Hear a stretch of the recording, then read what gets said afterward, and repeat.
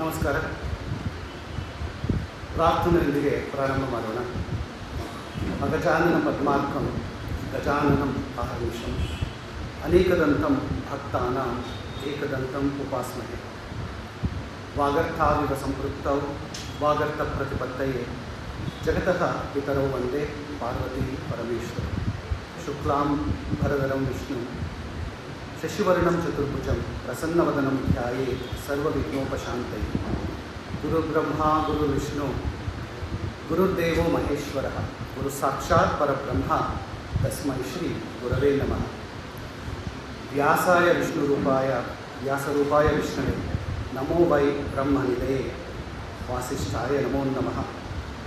ಶ್ರುತಿಸ್ಮೃತಿಪುರಾಣಾನಾಂ ಆಲಯಂ ಕರುಣಾಲಯಂ ನಮಾಮಿ ಭಗವತ್ಪಾದಂ ಶಂಕರಂ ಲೋಕಶಂಕರಂ. ಶ್ರೀರಾಮ ರಾಮ ರಾಮೇತಿ ರಮೇ ರಾಮೇ ಮನೋರಮೆ ಸಹಸ್ರನಾಮ ತತ್ತುಲ್ಯಂ ರಾಮನಾಮವರಾನನೆ.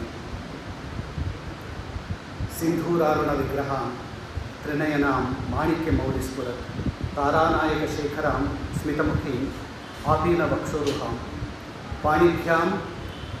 ಪಾಣಿಭ್ಯಾಂ ಮಣಿಪೂರ್ಣರತ್ನಚಷಕಂ ರಕ್ತೋತ್ಪಲಂ ಬಿಭ್ರತಿ ಸೌಮ್ಯಾಂ ರತ್ನಘಟಸ್ಥರಕ್ತಚರಣಾಂ ಧ್ಯಾಯೇತ್ ಪರಾಂ ಅಂಬಿಕಾಂ. ಲೌಹಿತ್ಯ ನಿರ್ಜಿತ ಜಪ ಕುಸುಮಾನುರಾಗಾಂ ಪಾಶಾಂಕುಶೌ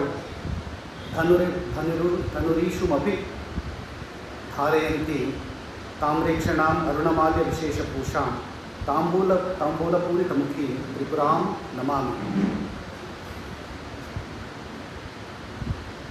ಕಳೆದ ಶಂಕರ ಜಯಂತಿಯ ಪ್ರಯುಕ್ತವಾಗಿ 8 ಮತ್ತು 9ನೇ ತಾರೀಕು ನನಗೆ ಸೌಂದರ್ಯ ಲಹರಿಯ ಮೇಲೆ ಒಂದು ಇಂಟ್ರೊಡಕ್ಷನ್ ಕೊಡಲು ಅವಕಾಶ ಕೊಟ್ಟ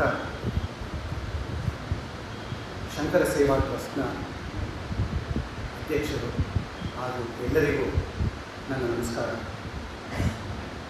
ಇದು ನನ್ನ ಸುಯೋಗ ಅಂತಲೇ ಭಾವಿಸ್ತಾ ಇದ್ದೀನಿ. ಮೊದಲು 2 ದಿನ ಮಾತಾಡೋಣ ಅಂತ ಒಂದು ಅವಕಾಶ ಮಾಡಿಕೊಟ್ರು. ನನ್ನ ಸುಯೋಗ, ಗುರುಗಳ ಆಶೀರ್ವಾದ, ನಿಮ್ಮೆಲ್ಲರ ಒಂದು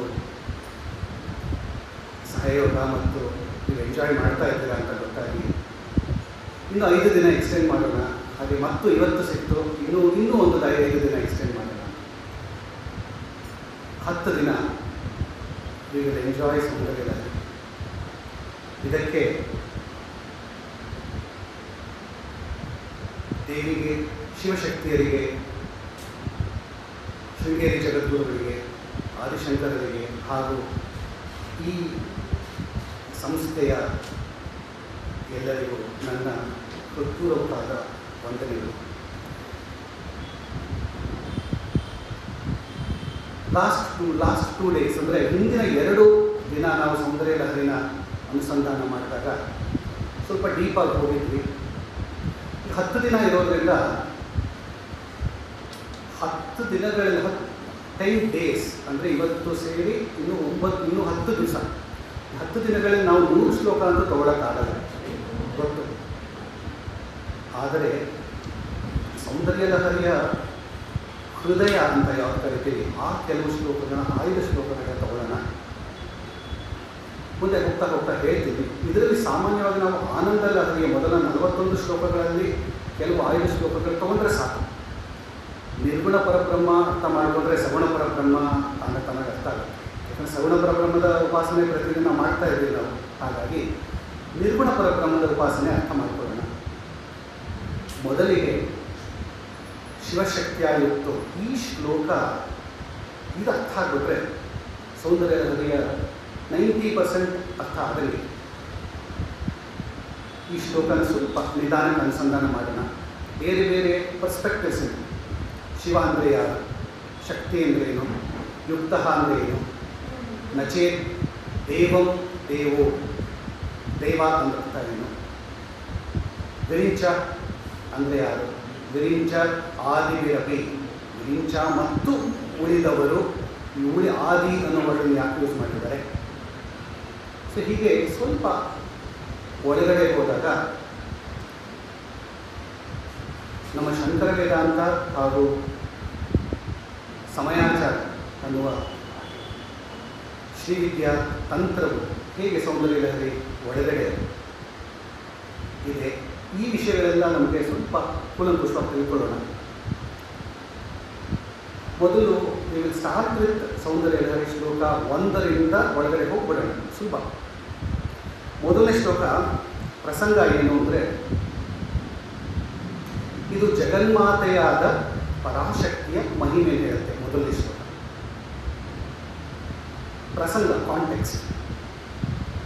ಕರುಣಾಮಯನಾದ ಭಗವಂತನಾದ ಪರಮಶಿವನ ಹಾಗೂ ಅವನ ಪತ್ನಿಯಾದ ಕರುಣಾಮಯಿಯಾದ ಭಗವತಿಯಾದ ಶ್ರೀ ಲಲಿತಾ ತ್ರಿಪುರ ಸುಂದರಿಯ ಸ್ಮರಣೆಯನ್ನು ಒಡಗೂಡಿದ ಮಂಗಳಾಚರಣೆಯನ್ನು ಮಾಡುತ್ತಾ ಇವರಿಬ್ಬರ ಅಂದರೆ ಶಿವಶಕ್ತಿಯರ ಪರಸ್ಪರ ಅಭಿನ್ನತೆಯ ದರ್ಶನವನ್ನು ನಮಗೆ ಮಾಡಿಸುತ್ತಾ ಆದಿಶಂಕರರು ಜಗನ್ಮಾತೆಯಾದ ಪರಾಶಕ್ತಿಯ ಮಹಿಮೆಯ ಸ್ತುತಿಯನ್ನು ಮಾಡುತ್ತಾ ಅಕೃತ ಪುಣ್ಯವಿಲ್ಲದ ಯಾರೂ ಕೂಡ ಭಗವತಿಯನ್ನು ಪ್ರಣಾಮ ಮಾಡುವುದಾಗಲಿ ಅಥವಾ ನಮಸ್ಕಾರ ಮಾಡುವುದಾಗಲಿ ಸಾಧ್ಯವಿಲ್ಲ ಎಂದು ಆದಿಶಂಕರರು ಈ ಸೌಂದರ್ಯ ಲಹರಿಯ ಮೊದಲನೇ ಶ್ಲೋಕದಲ್ಲಿ ಹೇಳಿದ್ದಾರೆ. ಇದು ಇದರ ಕಾಂಟೆಕ್ಸ್ಟ್ ಅಥವಾ ಸಂದರ್ಭ, ಪ್ರಸಂಗ. ಮೂಲ ಶ್ಲೋಕಕ್ಕೆ ಹೋದರೆ, ಶಿವ ಶಕ್ತ್ಯಾಯುಕ್ತೋ ಯದಿ ಭವತಿ ಶಕ್ತಃ ಪ್ರಭವಿತುಂ ನ ಚೇದೇವಂ ದೇವೋ ನ ಖಲು ಕುಶಲಃ ಸ್ಪಂದಿತುಮಪಿ ತಸ್ತ್ವಾಂ ಆರಾಧ್ಯ ಹರಿಹರ ವಿರಿಂಚಾದಿರಪಿ ಪ್ರಣಂತು ಸ್ತೋತುಂ ವಾ ಕಥಂ ಅಕೃತ ಪುಣ್ಯ ಪ್ರಭವತಿ. ಇಲ್ಲಿ ಪ್ರತಿಪದಾರ್ಥ ಹೇಳ್ತಾರೆ ಆದಿಶಂಕರರು. ಹೇ ಜಗನ್ಮಾತೆ, ಶಿವ ದೇವ ಅರ್ಥಾತ್ ದೇವನಾದ ಶಿವನು ಶಕ್ತ್ಯಾಯುಕ್ತ ಜಗನ್ನಿರ್ಮಾಣ ಶಕ್ತಿರೂಪಳಾದ ನಿನ್ನಿಂದ ಒಡಗೂಡಿದವನು ಭವತಿ ಯದಿ ಆದಾಗ ಪ್ರಭವಿತು ಶಕ್ತಃ ಪ್ರಪಂಚವನ್ನು ಅಥವಾ ಬ್ರಹ್ಮಾಂಡವನ್ನು ಸೃಷ್ಟಿ ಮಾಡಲು ಶಕ್ತನಾಗುತ್ತಾನೆ. ಏವಂ ನ ಚೇತ್ ಶಕ್ತಿಯಾದ ನಿನ್ನಿಂದ ಒಡಗೂಡದೆ ಇದ್ದರೆ ಸ್ಪಂದಿತುಮಪಿ ಚಲಿಸಲು ಸಹ ಅಥವಾ ಸ್ಪಂದಿಸಲು ಸಹ ಕುಶಲಃ ನ ಖಲು ಸಮರ್ಥನಾಗುವುದಿಲ್ಲ ಅಲ್ಲವೇ. ಅತಃ ಈ ಕಾರಣದಿಂದಾಗಿಯೇ ಹರಿಹರ ವಿರಿಂಚಾದಿರಪಿ ಹರಿಹರ ಬ್ರಹ್ಮಾದಿ ದೇವತೆಗಳಿಂದಲೂ ಆರಾಧ್ಯ ಪೂಜಾರ್ಹಳಾದ ತ್ವಾಂ ನಿನ್ನನ್ನು ಅಕೃತ ಪುಣ್ಯ ಜನ್ಮಾಂತರದ ಪುಣ್ಯವೂ ಇರದೇ ಇರುವವನು ಪ್ರಣಂತು ನಮಸ್ಕರಿಸುವುದಕ್ಕಾಗಲಿ ಸ್ತೋತುಂಬ ಸ್ತುತಿಸುವುದಕ್ಕಾಗಲಿ ಕಥಂ ಪ್ರಭವತಿ ಹೇಗೆ ತಾನು ಶಕ್ತನಾದಾನು. ಇದು ಪ್ರತಿಪದದ ಅರ್ಥ. ಈಗ ಭಾವಾರ್ಥ ಅಂದರೆ ಒಂದು ಸೆಂಟೆನ್ಸ್ನಲ್ಲಿ ಈ ಶ್ಲೋಕ ನೋಡಿದ್ರೆ ಹೇಗೆ ಆದಿಶಂಕರರು ಹೇಳ್ತಾ ಇದ್ದಾರೆ ಭಗವತಿಯ ಕುರಿತು. ಹೇ ಭಗವತಿ, ಯಾವಾಗ ಶಿವನು ಶಕ್ತಿಯಿಂದ ಯುಕ್ತನಾಗುತ್ತಾನೋ ಅಂದರೆ ಶಕ್ತಿಯ ಜೊತೆ ಒಡಗೂಡುತ್ತಾನೋ, that means he becomes one with Shakti, or he is always ಶಕ್ತಿಯ ಜೊತೆ ಐಕ್ಯನಾಗಿರುತ್ತಾನೋ, ಆಗಲೇ ಜಗತ್ತನ್ನು ಉತ್ಪನ್ನ ಮಾಡುವಲ್ಲಿ ನಿಶ್ಚಿತ ರೂಪದಿಂದ ಸಮರ್ಥನಾಗುವನು. ಒಂದು ವೇಳೆ ಅದರ್ವೈಸ್ ಇಫ್ ನಾಟ್ ಅವನು ಶಕ್ತಿಯಿಂದ ಯುಕ್ತನಾಗದೇ ಇದ್ದಾಗ ಸಾಧ್ಯವೇ ಇಲ್ಲ. ಅಕಸ್ಮಾತ್ ಆಗಿದ್ದ ಪಕ್ಷದಲ್ಲಿ ಏನಾಗುತ್ತೆ ಅಂತ ಹೇಳ್ತಾ ಇದ್ದಾರೆ. ಬಿಕಾಸ್ ಅದು ಯುಕ್ತನಾಗದೇ ಇದ್ದರೆ ನಾವಿದ್ರೂ ಬದುಕ್ತಾನೆ ಇರಲಿಲ್ಲ, ನಾವಿರ್ತಾನೆ ನಮ್ಮ ಜಗನ್ ನಿರ್ಮಾಣ ಕಾರ್ಯ ಆಗ್ತಿರಲಿಲ್ಲ, ನಾವಿಲ್ಲಿ ಇರ್ತಿರ್ಲಿಲ್ಲ, ನಾವಿವತ್ತು ಇದನ್ನು ಈ ಅನುಸಂಧಾನ ಮಾಡೋಕ್ಕೆ ಆಗ್ತಿರಲಿಲ್ಲ. ಒಂದು ವೇಳೆ ಇಫ್ ಬೈ ಚಾನ್ಸ್ ಆಗದೆ ಇದ್ದಿದ್ದರೆ ಏನಾಗ್ತಿತ್ತು? ಒಂದು ವೇಳೆ ಅವನು ಶಕ್ತಿಯಿಂದ ಯುಕ್ತನಾಗದೇ ಇದ್ದಾಗ ಶಿವನು ಸರ್ವಥಾ ಅಲುಗಾಡುವುದಕ್ಕಾಗಲಿ ಅರ್ಥಾತ್ ಸ್ಪಂದಿಸುವುದಕ್ಕಾಗಲಿ ಅಥವಾ ಚಲಿಸುವುದಕ್ಕಾಗಲಿ ಅಶಕ್ತನಾಗುವನು. ಈ ಕಾರಣದಿಂದಲೇ ಹರಿಹರ ಬ್ರಹ್ಮಾದಿಗಳಿಂದಲೂ ಆರಾಧ್ಯಳಾದ ನಿನ್ನನ್ನು, ನಿನ್ನ ಸ್ತುತಿಯನ್ನು ಮಾಡುವುದಕ್ಕಾಗಲಿ ಅಥವಾ ಪ್ರಣಾಮ ಮಾಡುವುದಕ್ಕಾಗಲಿ ಅಕೃತ ಪುಣ್ಯನಾದ ಸಾಧಕನು ಯಾವ ಪ್ರಕಾರದಿಂದ ಸಮರ್ಥನಾದನು. ಇಂಗ್ಲೀಷ್ನಲ್ಲಿ ಹೇಳೋದಾದರೆ, for people who are a little more conversant in English, O Bhagavati, only when Shiva is in Aikya with Shakti, he is able to create the universe. If not, if otherwise, if Shiva is not in Aikya, oneness with Shakti, he cannot even move or even imagine movement, let alone create the whole universe. You, O Devi, are such a divine Shakti where even Shiva depends on you to even move himself. Such a divine soul such as you, such a divine Shakti such as you are venerated or worshipped by the Trimurtis called as Brahma, who is responsible for creation, Vishnu, who is responsible for sustenance, and Shiva, who is responsible for destruction of the universe. You are worshipped even by them. Such a great Shakti you are. You are the Jagan Mata. Now, what about me? Naan yaru? I am a mere Jivatma. A person such as me, Adi Shankara ಕೇಳ್ತಾ ಇರೋದು, ಅವರ ಬಗ್ಗೆ ಅವ್ರು ಹೇಳ್ತಾ ಇದ್ರು, ತಾಯಿ ನನ್ನಂತಹ ಒಬ್ಬ ಜೀವಾತ್ಮನು, how can I do puja to you when it is possible only if I have punyas accumulated from my previous birth. ಹಿಂದಿನ ಜನ್ಮಗಳ ಪುಣ್ಯಗಳಿದ್ದರೆ ಮಾತ್ರ ನಾನು ಈ ಜನ್ಮದಲ್ಲಿ ನಿನ್ನನ್ನು ನಮಸ್ಕಾರ ಮಾಡೋದಕ್ಕಾಗಲಿ, ಪೂಜೆ ಮಾಡೋಕ್ಕಾಗಲಿ, ಸ್ತುತಿಸುವುದಕ್ಕಾಗಲಿ ಅಥವಾ ನಿನ್ನ ಬಗ್ಗೆ ನನಗೆ ಆಲೋಚನೆ ಬರೋಕ್ಕಾಗಲಿ. ದೇವಿ ಅಂತ ಒಬ್ಬಳಿದ್ದಾಳೆ, ಅವಳ ಹೆಸರು ಜಗನ್ಮಾತೆ ಅಂತ ನನಗೆ ಆಲೋಚನೆ ಬರಬೇಕಾದರೂ ಕೂಡ ಅವಳು ಪೂಜೆ ಮಾಡಬೇಕು. ಶಿವಶಕ್ತಿಯರು ಇದ್ದಾರೆ, ಸೌಂದರ್ಯ ಲಹರಿ ಅಂತಿದೆ, ಲಲಿತಾ ಸಹಸ್ರನಾಮ ಅಂತಿದೆ ಅಂತ ನನಗೆ ಆಲೋಚನೆ ಬರಬೇಕಾದರೂ ಕೂಡ ಹಿಂದಿನ ಜನ್ಮಗಳಲ್ಲಿ ನಾನು ನಿಷ್ಕಾಮ ಕರ್ಮ ಮಾಡಿರಬೇಕು. ಆ ನಿಷ್ಕಾಮ ಕರ್ಮದ ಪುಣ್ಯದ ಅವಶೇಷವು ಏನಾದರೂ ಉಳಿದಿದ್ದಲ್ಲಿ ಈ ಜನ್ಮದಲ್ಲಿ ನನಗೆ ದೇವಿ ಬಗ್ಗೆ ಆಲೋಚನೆ ಮಾಡೋಕ್ಕೆ ಒಂದು ಶಕ್ತಿ ಸಿಗುತ್ತೆ. ಯಾವ ಒಂದು ಉನ್ನತ ಸ್ಥಿತಿಯಲ್ಲಿ ತಂದಿಟ್ಬಿಟ್ರು ಆದಿಶಂಕರರು. ಒಂದೇ ಶ್ಲೋಕದಲ್ಲಿ 4 ಭಾಗ ಇದೆ ಶ್ಲೋಕ.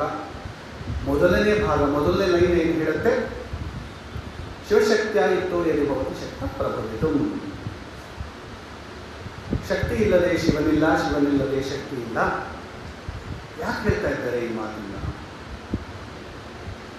ಇಲ್ಲಿ ಸೃಷ್ಟಿ ರಹಸ್ಯ ಹೇಳ್ಬಿಟ್ಟು, ಸೃಷ್ಟಿ ರಹಸ್ಯ, ಸೃಷ್ಟಿ ಅಂದರೆ ನಾವೇನಂತೀವಿ ಇಂಗ್ಲೀಷ್ನಲ್ಲಿ ಕಾಸ್ಮಾಸ್ ಅಂತೀವಿ, ಯೂನಿವರ್ಸ್. ಸೃಷ್ಟಿಯ ಕ್ರಿಯೇಷನ್, ಅದಕ್ಕೆ ನಾವು ಕಾಸ್ಮಾಲಜಿ ಅಂತೀವಿ English. Cosmology is the most difficult subject. ಜಗತ್ತು ಯಾವ ಥರ ಉತ್ಪನ್ನ ಆಯಿತು, ಸೈನ್ಸ್ ಇವತ್ತು ಅದಕ್ಕೆ ಬಿಗ್ ಬ್ಯಾಂಗ್ ಥಿಯರಿ ಅಂತ ಹೇಳುತ್ತೆ ಅಲ್ವಾ. Cosmology, cosmos, universal creation. ಆ ಯೂನಿವರ್ಸ್ ಕ್ರಿಯೇಷನ್ನೇ ಮೊದಲನೇ ಲೈನಲ್ಲಿ ಕೈಗೆತ್ಕೊಂಡ್ಬಿಟ್ರು ಆದಿಶಂಕರರು. ಸಾಮಾನ್ಯವಾಗಿ ಲಾಸ್ಟಲ್ಲಿ ಹೇಳ್ತಾರೆ, ಮೊದಲನೇ ಲೈನಲ್ಲಿ ಆದಿಶಂಕರರು ಯೂನಿವರ್ಸಲ್ ಕ್ರಿಯೇಷನ್ ಬಗ್ಗೆ ಮಾತಾಡ್ತಾರೆ. ಏನು ಹೇಳಿದ್ರು? ಈ ಯೂನಿವರ್ಸ್ ಕ್ರಿಯೇಟ್ ಆಗಬೇಕಾಗಿದ್ದರೆ ಯಾರಿಂದ ಕ್ರಿಯೇಟ್ ಮಾಡೋಕ್ಕೆ ಸಾಧ್ಯ? ಭಗವಂತ ಇದನ್ನು ಯೂನಿವರ್ಸ್ ಒಂದು ಜಗನ್ ನಿರ್ಮಾಣ ತತ್ವ ಅಂತ ಇದ್ದಿದ್ದರೆ ಆ ತತ್ವ ಹೇಗಿರ್ತಿತ್ತು? ಉಪನಿಷತ್ತಲ್ಲಿ ಬರುತ್ತೆ, ಐತರಿಯ ಉಪನಿಷತ್ತು, ತೈತರಿಯ ಉಪನಿಷತ್ತು ಬರುತ್ತೆ. ಅನಾದಿ ಆದಿ ಅಂತ್ಯರಹಿತವಾದ ಒಂದು ಸ್ಥಿತಿಯಲ್ಲಿ ಪರಬ್ರಹ್ಮ ತತ್ವ ತನ್ನಲ್ಲೇ ತಾನು ರಮಿಸಿತ್ತು. ಆಮೇಲೆ ಏಕೋಹಂ ಭೌಸ್ಯಾಮ್ ಅಂತ ಅದು ಪರಬ್ರಹ್ಮ ತತ್ವಕ್ಕೆ ಅವನು, ಅವಳು ಹಾಗೂ ಅದು ಯಾಕಂದರೆ ಇದು ನಾನ್ ಬೈನರಿ, ಅದಕ್ಕೆ ಲಿಂಗ ಭೇದವಿಲ್ಲ. ನಾವು ಉಪನಿಷತ್ತುಗಳು ಹೇಳ್ತೇವೆ ಅಲ್ವಾ. ಸೊ ಈ ಸ್ಥಿತಿಯಲ್ಲಿ ಜಗನ್ ನಿರ್ಮಾಣ ಆಗಬೇಕಾದಾಗ ಅದರ ಕಾಲಾತೀತವಾದದ್ದು, ಕಾಲನೂ ಬಂದಿರಲಿಲ್ಲ ಅವರು. ಸೊ ಆಗ ಪರಬ್ರಹ್ಮ ತತ್ವ ಅಂತ ಆ ತತ್ವವು ನಾನು ಒಂದಾಗಿರುವವನು ಬಹುವಾಗ ಬಯಸುತ್ತೇನೆ, I want to become from one to many ಅಂತ ಒಂದು ಆಲೋಚನೆಯ ಮಿಂಚು ಪರಬ್ರಹ್ಮ ತತ್ವಕ್ಕೆ ಬಂದಿದ್ದೇ ತಡ. ಅಹಂ ಇದಂ ಅನ್ನೋ 2 ತತ್ವಗಳಾಗಿವೆ. ಆ ಅಹಂ ಎನ್ನುವ ತತ್ವವೇ, ಅಹಂ ತತ್ವಕ್ಕೆ ಮೊದಲು ಪರಬ್ರಹ್ಮ ತತ್ವ, ಅಹಂ ತತ್ವವಾದಾಗ ಶಿವಶಕ್ತಿ ರೂಪದಲ್ಲಿ ಅದು ಆಚೆ ಬಂತು. ಅಕಾರವು ಶಿವತತ್ವ, ಹಕಾರವು ಶಕ್ತಿ ತತ್ವ. ಆ ಮತ್ತು ಹ ಎರಡರ ಮಧ್ಯೆ ಇರೋದು ಅ ಇ ಓ ಅಪ್ ಟು ಹ ಅಲ್ವಾ. 50 ಮಾತೃಕೆಯಲ್ಲಿರೋದು. ಅಂದರೆ ಸಂಸ್ಕೃತ ಅಕ್ಷರಗಳೆಲ್ಲವೂ ಹಕಾರದ ಒಳಗಡೆ ಇದೆ. ಅಂದರೆ ಅಕಾರವು ಶಿವ, ಹಕಾರವು ಶಕ್ತಿ. ಅಹಂಕಾರ ಎಂದರೆ ಸಮಸ್ತ ಬ್ರಹ್ಮಾಂಡದ ವಾಂಗ್ಮಯವೆಲ್ಲವೂ ಅಹಂಕಾರದಲ್ಲಿಯೇ ಸೇರಿದೆ. ಈ ಅಹಂಕಾರವೇ ನಾನು ಅಂತ ಶಿವನಿಗೆ ಅಹಂಕಾರ ಅಂದರೆ ನಾನು ಎನ್ನುವ ಈಗೋ. ಶಿವನಿಗೆ ನಾನು ಎನ್ನುವ ಈಗೋ ಅಹಂಕಾರ ಬಂದಿದ್ದು, ಆ ಅಹಂಕಾರದ ಸ್ವರೂಪವೇ ಜಗತ್ತಾಯಿತು. ಅಂದರೆ ಅಕಾರದಿಂದ ಹಕಾರದ ಸಮಸ್ತ ವಾಂಗ್ಮಯವು ಜಗತ್ತಾಯಿತು. ಚೆನ್ನಾಗಿದೆ ಅಲ್ವಾ ಇದು, ಈ ಥಾಟ್ ಪ್ರಾಸೆಸ್. ಇದನ್ನು ಆದಿಶಂಕರರು ಶಿವಶಕ್ತಿಯಾಯುಕ್ತ ಅನ್ನೋ 3 ಪದಗಳಲ್ಲಿ ಇಟ್ಬಿಟ್ಟಿದ್ದಾರೆ. ಇದಕ್ಕೆ ಮೊದಲು ಇನ್ನೊಂದು ಸ್ವಲ್ಪ ಒಳಗಡೆ ಹೋಗೋಣ. ಮೊನ್ನೆ ಶಿವತತ್ವ ಅಂದರೆ ಏನು ಅಂತ ಹೇಳಿದೆ, ಶಕ್ತಿ ತತ್ವ ಸ್ವಲ್ಪ ಅರ್ಥ ಮಾಡ್ಕೊಂಡು. ಈಗ ಶಕ್ತಿ ತತ್ವಕ್ಕೆ ಇದು ಸೌಂದರ್ಯ ಲಹರಿ ಶಕ್ತಿಯ ಪಾರಮ್ಯತೆಯನ್ನು ಹೇಳುವ ಗ್ರಂಥವಾದ್ದರಿಂದ ಲಾಸ್ಟ್ ಟಾಕ್ನಲ್ಲಿ ಇದನ್ನು ಹೇಳೋಕ್ಕಾಗಲಿಲ್ಲ, ಮುಂದುವರಿಸ್ತೀನಿ. ಶಕ್ತಿ ತತ್ವಕ್ಕೆ 3 ವಿಧ. ಒಂದು ಸ್ಥೂಲ ರೂಪ. ಭಗವತಿಗೆ 3 ಸ್ವರೂಪಗಳಿದೆ. ಒಂದು ಸ್ಥೂಲ ಸ್ವರೂಪ, ಇನ್ನೊಂದು ಸೂಕ್ಷ್ಮ ಸ್ವರೂಪ, ಇನ್ನೊಂದು ಪರಾಸ್ವರೂಪ. ನಮ್ಮಲ್ಲೂ 3 ದೇಹಗಳಿದೆ ಅಂತೀವಿ. ಸ್ಥೂಲ ರೂಪ, ಸೂಕ್ಷ್ಮ ರೂಪ ಮತ್ತು ಆನಂದಮಯ ಕೋಶ. ನಮ್ಮಲ್ಲೇ ನಾವು ನಿರ್ಗುಣ ರೂಪ ಅಂತ ಕರಿತೀವಿ. ಸೊ ಕಾರಣ ಶರೀರ ಅಂತ ಕರಿತೀವಿ. ಕಾರಣ ಶರೀರಕ್ಕೂ ಬಿಯಾಂಡ್ ಇನ್ನೊಂದಿದೆ ನಮ್ಮಲ್ಲೂ, ಆತ್ಮ ಶರೀರ. ಆತ್ಮ ಅದು ಶರೀರವಿಲ್ಲದು. ಸೊ ಹಾಗೆ ದೇವಿಗೂ ಕೂಡ ಸ್ಥೂಲ ರೂಪ, ಸೂಕ್ಷ್ಮ ರೂಪ, ಪರಾರೂಪ. ನಾವು ಪೂಜೆ ಮಾಡಬೇಕಾದ್ರೂ ಸ್ಥೂಲ ಪೂಜೆ, ಸೂಕ್ಷ್ಮ ಪೂಜೆ, ಪರಾಪೂಜೆ.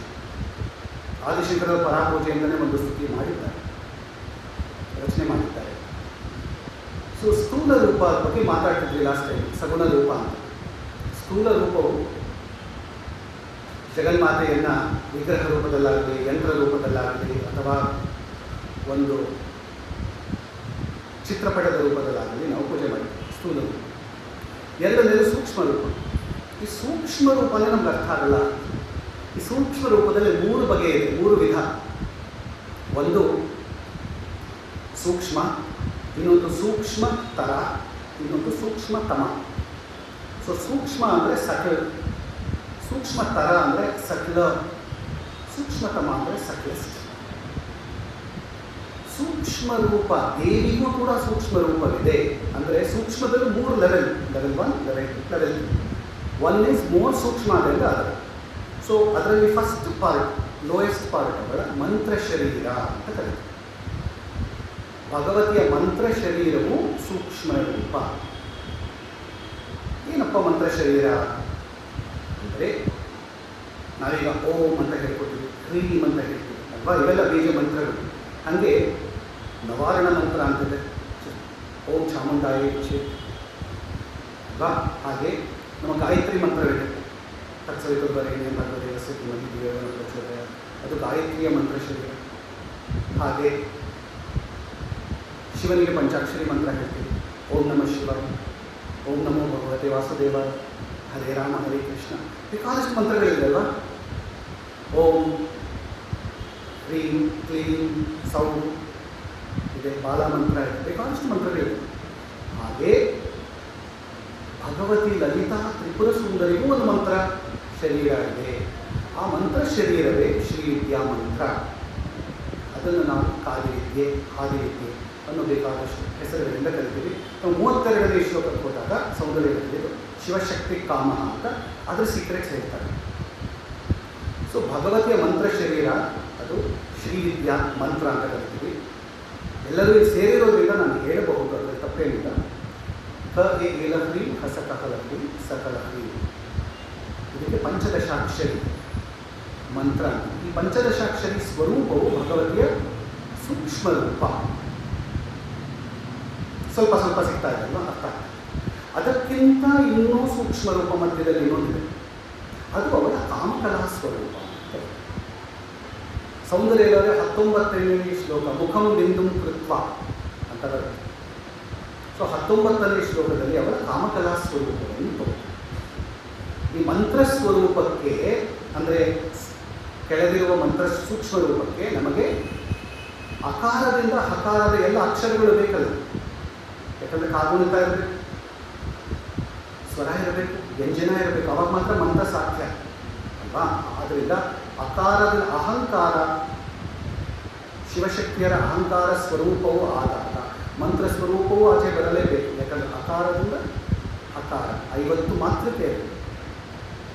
ಈ 50 ಮಾತೃಕೆಯರು ಅಹಂಕಾರ ಸ್ವರೂಪದಲ್ಲಿ ಜೊತೆಗಿದ್ದಾಗ ಈ 50 ಮಾತೃಕೆಯರು ಮಂತ್ರ ಸ್ವರೂಪವಾಗಿ ಜೊತೆಗಿರ್ತಾರೆ. ಆ ಮಂತ್ರ ಸ್ವರೂಪವೇ ಭಗವತಿಯ ಕಾದಿವಿದ್ಯಾ ಹಾದಿವಿದ್ಯಾ ಸ್ವರೂಪ. ಇದು ಒಂದು. ಆದರೆ ಇದನ್ನು ನಾವು ಇನ್ನೂ ಸೂಕ್ಷ್ಮ ರೂಪದಲ್ಲಿ ತಗೊಂಡಾಗ ಅಕಾರವು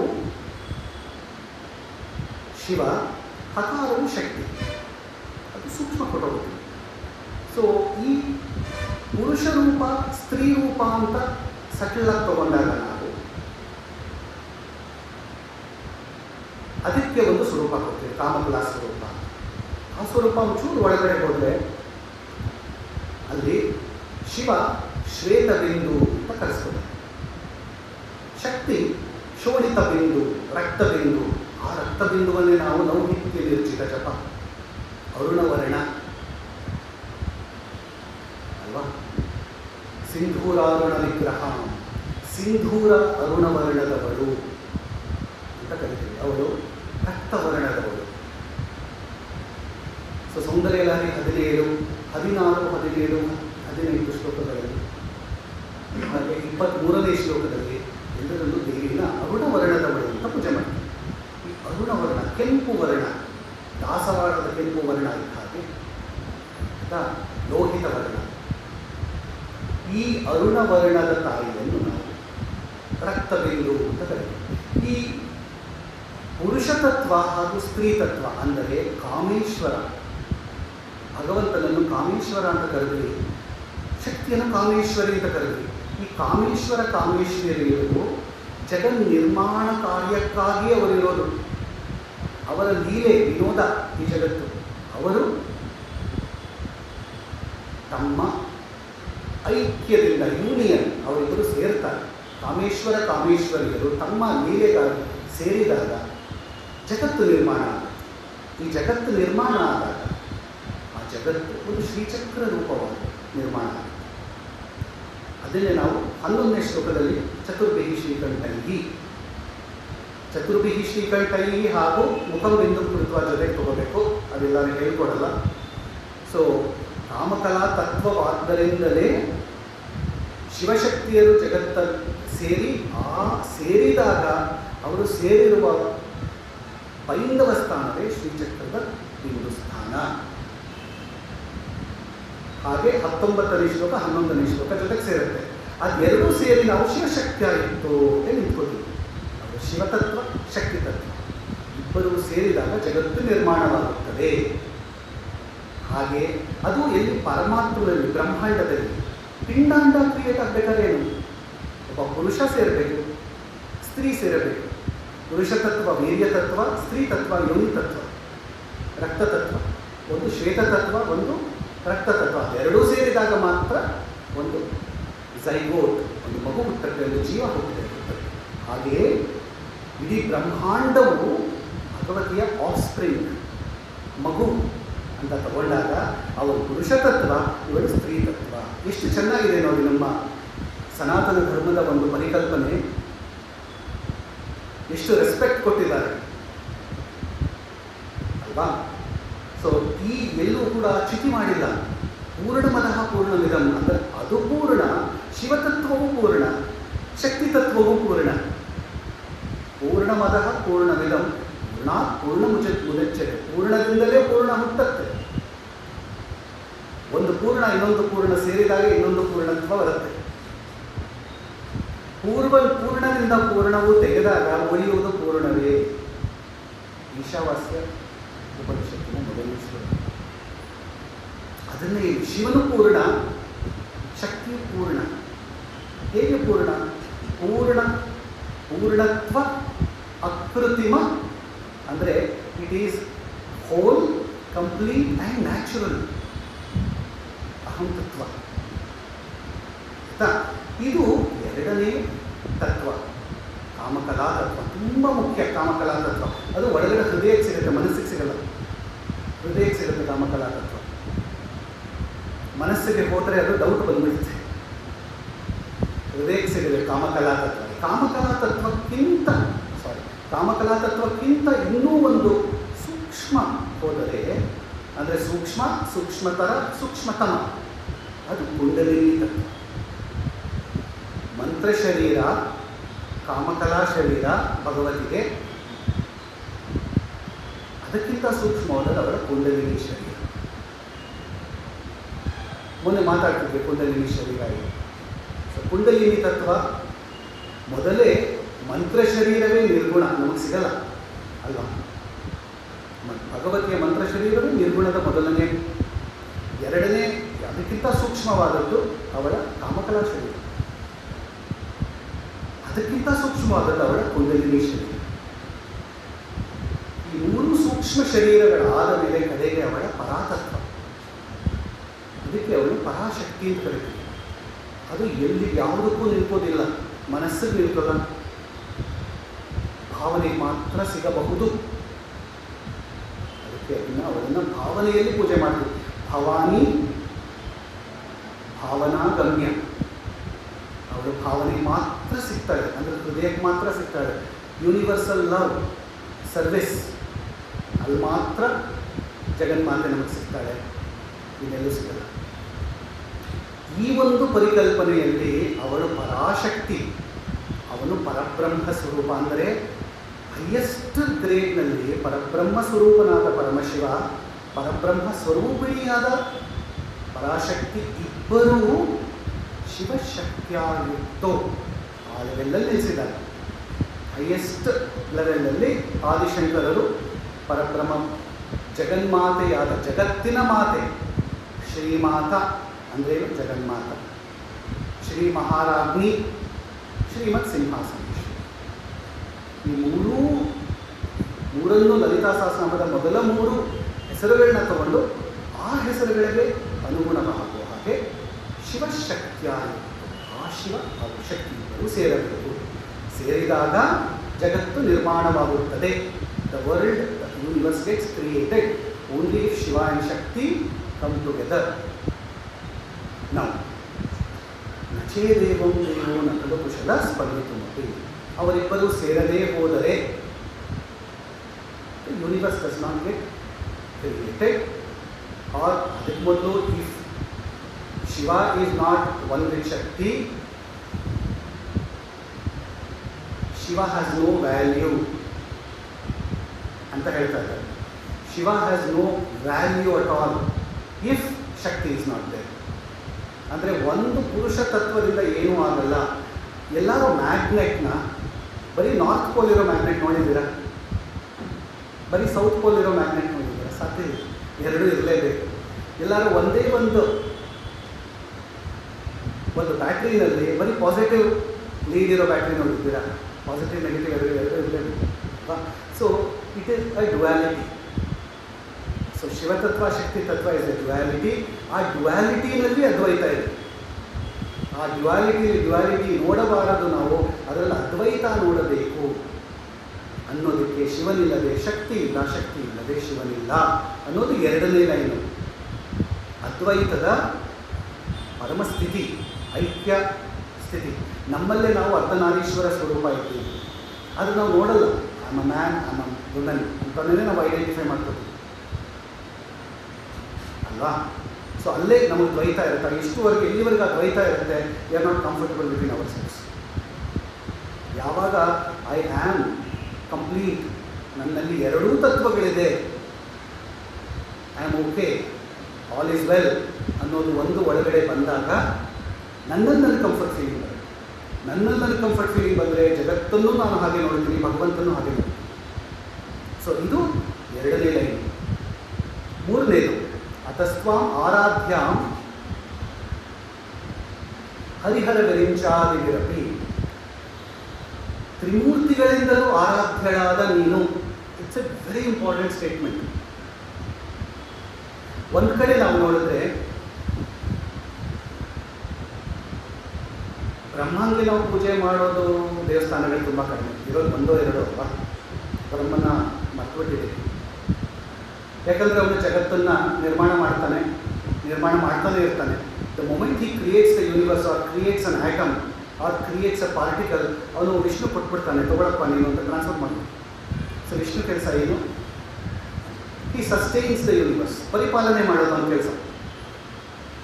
ವಿಷ್ಣು ಅಂತ ನಾವು ನೋಡಿದ್ರೆ, ಆಮೇಲೆ ಬರೋಣ ವಿಷ್ಣು. ನೆಕ್ಸ್ಟು ಹರ, ರುದ್ರ ಅಂತ ಕರೆಯೋದು. ಅವನು ಜಗತ್ತು ನಿರ್ಮಾಣವಾಗಿ ಪರಿಪಾಲನೆ ಆದ ಮೇಲೆ when it has to end, he will destroy. ಆದರೆ ಇದು ಎರಡು ಅರ್ಥದಲ್ಲಿ ನೋಡ್ತೀವಿ. ಒಂದು, ಕಂಟಿನ್ಯೂಸ್ ಕ್ರಿಯೇಷನ್ ಆಗ್ತಾನೇ ಇರುತ್ತೆ, ಕಂಟಿನ್ಯೂಸ್ ಡಿಸ್ಟ್ರಕ್ಷನ್ ಆಗ್ತಾನೇ ಇರುತ್ತೆ. ಒಂದು ಕಡೆ matter can be neither created not destroyed ಅಂತ law of conservation of energy ಅಂತ ಮಾತಾಡ್ತೀವಲ್ಲ, ಅದು ಒಂದು ಕಡೆ. ಇನ್ನೊಂದು ಕಡೆ ಲಾ ಆಫ್ ಥರ್ಮೋಡೈನಮಿಕ್ಸ್ ಮಾತಾಡ್ತೀವಿ. ಇನ್ನೊಂದು ಕಡೆ particle and anti particle R continuously created and destroyed. ನಮ್ಮ ಒಳಗಡೆ ಸೆಲ್ಸ್ ಕಂಟಿನ್ಯೂಸ್ ಆಗಿ ಕ್ರಿಯೇಟ್ ಆಗ್ತಾ ಇರುತ್ತೆ, ಡಿಸ್ಟ್ರಾಯ್ ಆಗ್ತದೆ. ಎಷ್ಟೋ ಜಗತ್ತಲ್ಲಿ ಒಂದು ಸೆಕೆಂಡ್ಗೆ ಎಷ್ಟೋ ಮಕ್ಕಳು ಹುಟ್ಟುತ್ತಾ ಇರ್ತಾರೆ. Today we say that the birth rate is more than the death rate ಅಂತೀರಲ್ವಾ. So there is so much of creation, there is so much of destruction, and in between there is so much of sustenance. ಹಾಗೆ ನಾವು ಸಣ್ಣ ಸ್ಕೇಲ್ನಲ್ಲಿ ತೊಗೊಂಡ್ರು ಅಷ್ಟೇ. ಎಷ್ಟೋ ಮರಗಳು ನಾವು plant, so many trees ಅಂತೇಳಿ, ಎಷ್ಟು ಪ್ಲ್ಯಾಂಟ್ಸ್ ನಾವು ಪ್ಲ್ಯಾಂಟ್ ಮಾಡ್ತಿದ್ದೀವೋ ಅದೇ ರೇಟ್ನಲ್ಲಿ ನಾವು, ಅದಕ್ಕಿಂತ ಹೆಚ್ಚು ರೇಟ್ನಲ್ಲಿ ನಾವು ಪ್ಲ್ಯಾಂಟ್ಸ್ನ ಡಿಸ್ಟ್ರಾಯ್ ಮಾಡ್ತಾ ಇದ್ದೀವಿ. So there is always creation, sustenance and destruction at multiple levels. Quantum ಲೆವೆಲಲ್ಲಿ ತೊಗೋಬೋದು, ಅಟಾಮಿಕ್ ಲೆವೆಲಲ್ಲಿ ತೊಗೋಬೋದು, ಮಾಲಿಕ್ಯುಲರ್ ಲೆವೆಲಲ್ಲಿ ತೊಗೋಬೋದು, ಅಮೈನೋ ಆಸಿಡ್ಸ್ ಲೆವೆಲಲ್ಲಿ ತೊಗೋಬೋದು, ಸೆಲ್ಯುಲರ್ ಲೆವೆಲಲ್ಲಿ ತೊಗೋಬೋದು, ಆರ್ಗನ್ ಲೆವೆಲಲ್ಲಿ ತೊಗೋಬೋದು, ಆರ್ಗ್ಯಾನಿಸಮ್ ಲೆವೆಲಲ್ಲಿ ತೊಗೋಬೋದು, ಹ್ಯೂಮನ್ ಲೆವೆಲಲ್ಲಿ ತೊಗೋಬೋದು. ಇನ್ನು ಮೇಲಕ್ಕೆ ಹೋದರೆ ಸ್ಟೇಟ್ ಲೆವೆಲಲ್ಲಿ, ಕಂಟ್ರಿ ಲೆವೆಲಲ್ಲಿ. ಒಂದಿನ ತೆಲಂಗಾಣ ಸಪ್ರೇಟ್ ಮಾಡ್ತೀವಿ, ಒಂದಿನ ಆಂಧ್ರ ಮಾಡ್ತೀವಿ. Keep separating, joining, article 370, POK ತಗೋಬೇಕು, ಬೇಕಾದಷ್ಟು. There is so much of creation, destruction, sustenance, that life cycle continues. ಹಾಗೆ ನಮ್ಮ ಸೋಲಾರ್ ಸಿಸ್ಟಮ್ ತೊಗೊಂಡ್ರೆ, ಒಂದಿನ ಪ್ಲೂಟೋ ಇಲ್ಲ ಅಂತೀವಿ, ಒಂದಿನ ಪ್ಲೂಟೋ ಇದೆ ಅಂತೀವಿ, ಒಂದಿನ ಹೊಸ ಸ್ಟಾರ್ಸ್ನ ಹುಟ್ಟಾಕ್ತೀವಿ ಅಲ್ವಾ. ಸೊ ಈ ನಾಮರೂಪ, ನೇಮ್ ಆ್ಯಂಡ್ ಫಾರ್ಮ್ ಅಂತ ಏನು ಕರಿತೀವಿ, there's so much of creation, sustenance and destruction. ಕರೆಕ್ಟಾ? ಸೊ ಇದನ್ನು ಮ್ಯಾನೇಜ್ ಮಾಡೋದಕ್ಕೆ ಒಂದು ಆಫೀಸ್ ಬೇರರ್ಸ್ ಬೇಕಲ್ಲ. So Brahma is the office bearer who takes care of everything that gets created. So Vishnu is the office bearer, administrator, office bearer ಅಂತ ಹೋಗೋಣ, who takes care of ಬ್ರಹ್ಮನಿಂದ in charge ತೊಗೋತಾನೆ ಅವನು. Charge ತಗೊಂಡು he will take care of sustenance. Finally when time comes for destruction, ಅದಕ್ಕೆ ಯಮ ರುದ್ರ, ರುದ್ರಭೂಮಿ ಅಂತ ಹೇಳೋದು ಯಾಕೆ? Yama Rudra R closely connected. So Rudra ಅದನ್ನು anything that has to be destroyed. Chemistry ಓದೋರು ಗೊತ್ತು, ಫಿಸಿಕ್ಸ್ ಓದೋರು ಗೊತ್ತು, so much of destruction that happens. ನನ್ನ ಮನಸ್ಸು ಥಾಟ್ಸ್ ಡಿಸ್ಟ್ರಾಯ್ ಆಗ್ತಾ ಇರುತ್ತೆ. ಒಂದು ಥಾಟ್ ಹುಟ್ಟುತ್ತೆ, ಥಾಟ್ ಲೈಫ್ ಸೈಕಲ್ ಅಂತ ಅದು ಡಿಸ್ಟ್ರಾಯ್ ಆಗ್ತಾ ಇರುತ್ತೆ. ಸೊ ಇಷ್ಟು ಜಗತ್ತಿನಲ್ಲಿ ನಮಗೆ ಗೊತ್ತಿಲ್ಲದಾಗೆ ಇನ್ವಾಲ್ವಂಟರಿ ಆದ ಸೋ ಮಚ್ ಕ್ರಿಯೇಷನ್, ಎವಲ್ಯೂಷನ್ ಅಂತ ಇದೆ, ಎವಲ್ಯೂಷನ್ ಆಗ್ತಾ ಇರುತ್ತೆ. ಇದೆಲ್ಲವನ್ನೂ ಮ್ಯಾನೇಜ್ ಮಾಡೋದು 3 ಆಫೀಸ್ ಬೇರರ್ಸ್. ಈ ಮೂವರಿಗೂ ಕೂಡ ಇದು ತ್ರಿಮೂರ್ತಿಗಳು ಅಂತ ಕರೆದಿದೆ. ಇದು ಯಾವ ಲೆವೆಲಲ್ಲಿ ನೋಡ್ತೀವಿ ನಾವು? ಅತಿ ದೈವಿಕವಾಗಿ ನೋಡಿದ್ರೆ ಅಂದರೆ ಇಲ್ಲಪ್ಪ ವಿಷ್ಣು ಅಂದರೆ ಅವನೇ, ಅವನಿಗಿಂತ ಯಾರೂ ಮೇಲಿಲ್ಲ ಅಂತ ವೈಷ್ಣವರು ಹೇಳ್ತಾರೆ. ಈ ಕಡೆ ಅದ್ವೈತದವರು ಇಲ್ಲ ಇಲ್ಲ ಇಲ್ಲ ವಿಷ್ಣುಗಿಂತ ಮೇಲೆ ಶಿವ ಇದ್ದಾನೆ ಅಂತ. ಸೊ ಈ ನಾಮರೂಪ ತೆಗೆದುಬಿಡೋಣ, ವಿಷ್ಣು ಅಂತ ಕರಿತೀವಿ, ಶಿವ ಅಂತ ಕರಿತೀವಿ, ರುದ್ರ ಅಂತ ಕರಿತೀವಿ, ಅದೆಲ್ಲ ಬಿಟ್ಬಿಡೋಣ. But there are 3 office bearers. ಆ 3 ಆಫೀಸ್ ಬೇರರ್ಸ್ ಒಂದು ಹೆಸರು ಕೊಡೋಣ. ಆ ಹೆಸರಿದೆ ಅಷ್ಟೇ, Brahma, Vishnu, Shiva, Rudra, whatever we call it. ಈ 3 ಆಫೀಸ್ ಬೇರರ್ಸು ಅವರಿಗೂ ಒಂದು ಲೈಫ್ ಸ್ಪ್ಯಾನ್ ಅಂತ ಇರುತ್ತೆ. ನಮಗೆ ಹೇಗೆ 100 ವರ್ಷ ಇದೆಯೋ ಅವರಿಗೂ 100 ವರ್ಷ ಇದೆ. ಆ 100 ವರ್ಷ ಆದ ಮೇಲೆ ಯಾರಿಗೆ ಬ್ರಹ್ಮನಿಗೂ 100 ವರ್ಷ ಆಗುತ್ತೆ, ವಿಷ್ಣುಗೂ ಅದೇ 100 ವರ್ಷ ಆಗುತ್ತೆ. ರುದ್ರ, ಶಿವ ಒಂದೊಂದು ಹೆಸರು ಹೇಳ್ತೇವೆ, ಡಸಂಟ್ ಮ್ಯಾಟರ್. ಈ ವಿಷ್ಣು ಅಂದರೆ don't take that Vishnu Mahavishnu, ವೈಷ್ಣವರು ತಗೊಳ್ಳೋ ಮಹಾವಿಷ್ಣು ಬಿಟ್ಬಿಡೋಣ. ವಿಷ್ಣು ಅಂತ ಒಂದು ತತ್ವ, ಇಟ್ಸ್ ಅ ತತ್ವ, ಇಟ್ಸ್ ಅನ್ ಆಫೀಸ್ ಬೇರರ್ ತತ್ವ. ಇವರ 100 ವರ್ಷಕ್ಕೆ the entire universe gets destroyed. ಮಹಾಪ್ರಳಯ, ಮಹಾಸಂಹಾರೇಸ್ಮಿನ್ ಅಂತ ಒಂದು ಶ್ಲೋಕದಲ್ಲಿ ಬರುತ್ತೆ. ಈ ಮಹಾಪ್ರಳಯವಾದಾಗ ಶಿವಶಕ್ತಿಯರು ಡಿಸ್ಟ್ರಾಯ್ ಆಗಲ್ಲ. ಅದು ಮುಂದಿನ ಶ್ಲೋಕಗಳ ಸೌಂದರ್ಯದಲ್ಲಿ ಬರುತ್ತೆ.